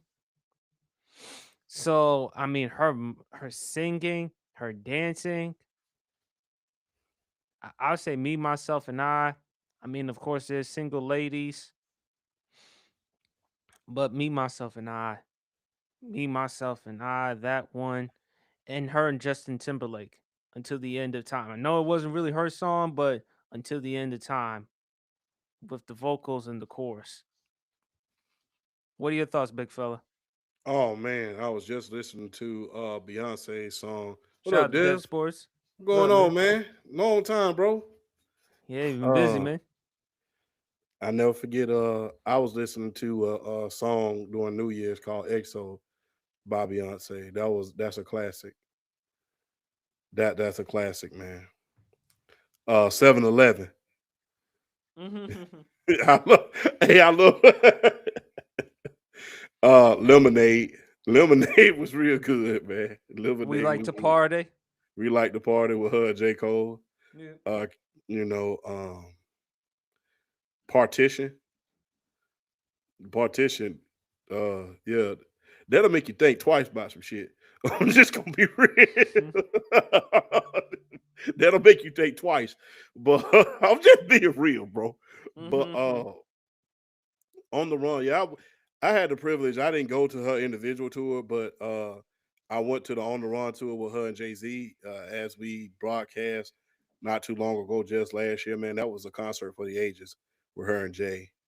And to see her and Jay still together, both being billionaires, man, both being billionaires.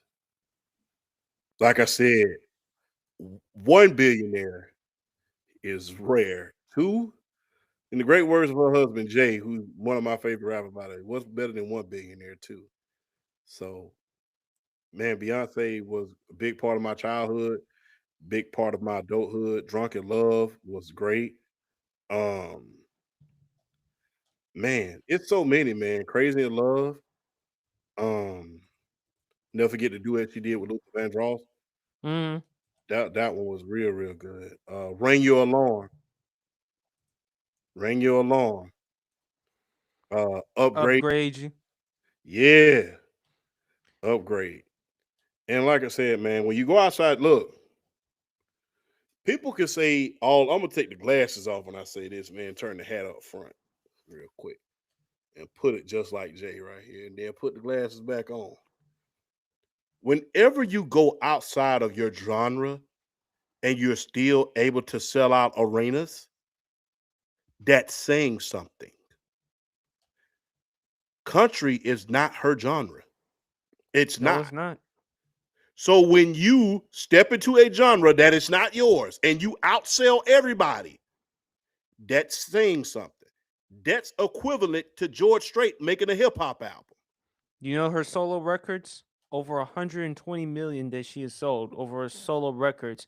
By the way, US album units solo over 44 million.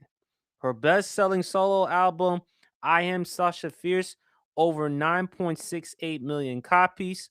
And total records solo and with Destiny's Child, 355 million. Yeah. When you go She is the outside of your first. genre Yep. She's also and the say, first she's also the first female artist to have her first eight studio albums debut at number 1 on the Billboard 200, sold over 210 million digital records.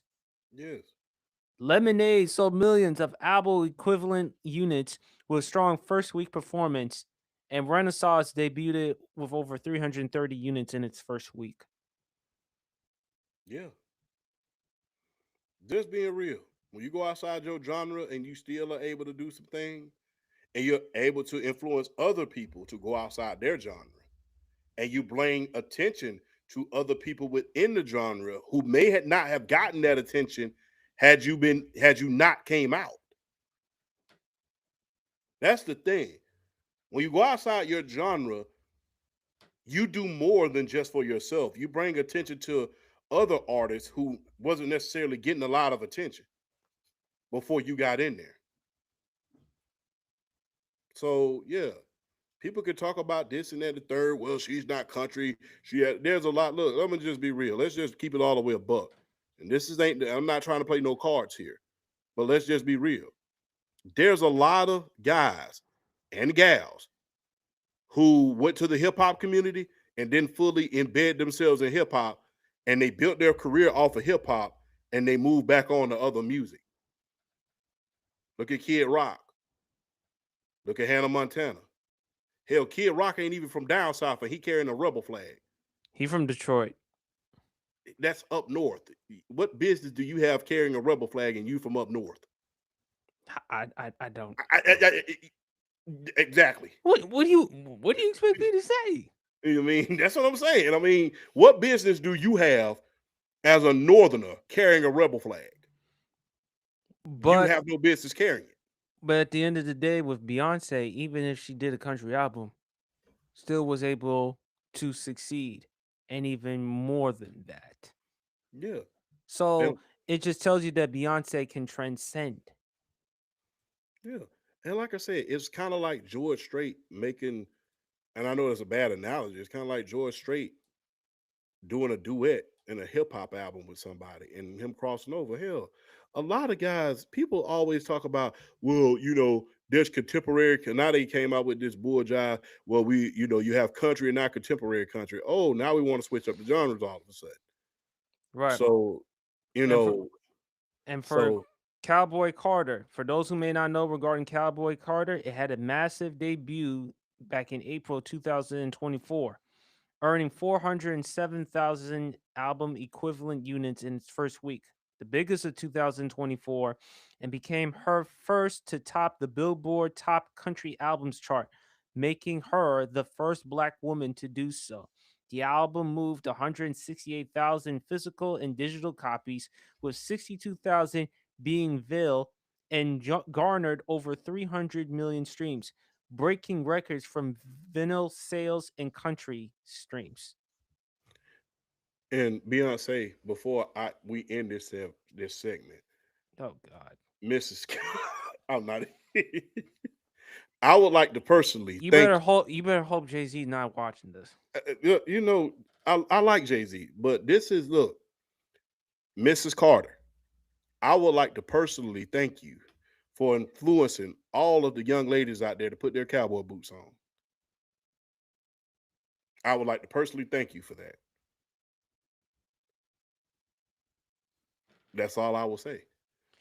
I give credit to Beyonce being a great role model and inspiration for women and Black women. Yeah, And I just think her music, her body work speaks for itself. So hey man, but I love them days with her and Kelly Rowland. Them days of Destiny's Child. The yeah, Bills song, yeah, um, Ladies Leave Your Man at Home, the jumping song, yeah. Say My Name. Bugaboo. I think Yes. Bugaboo was real good. Oh yeah, let's not forget about Brown Skin Girl.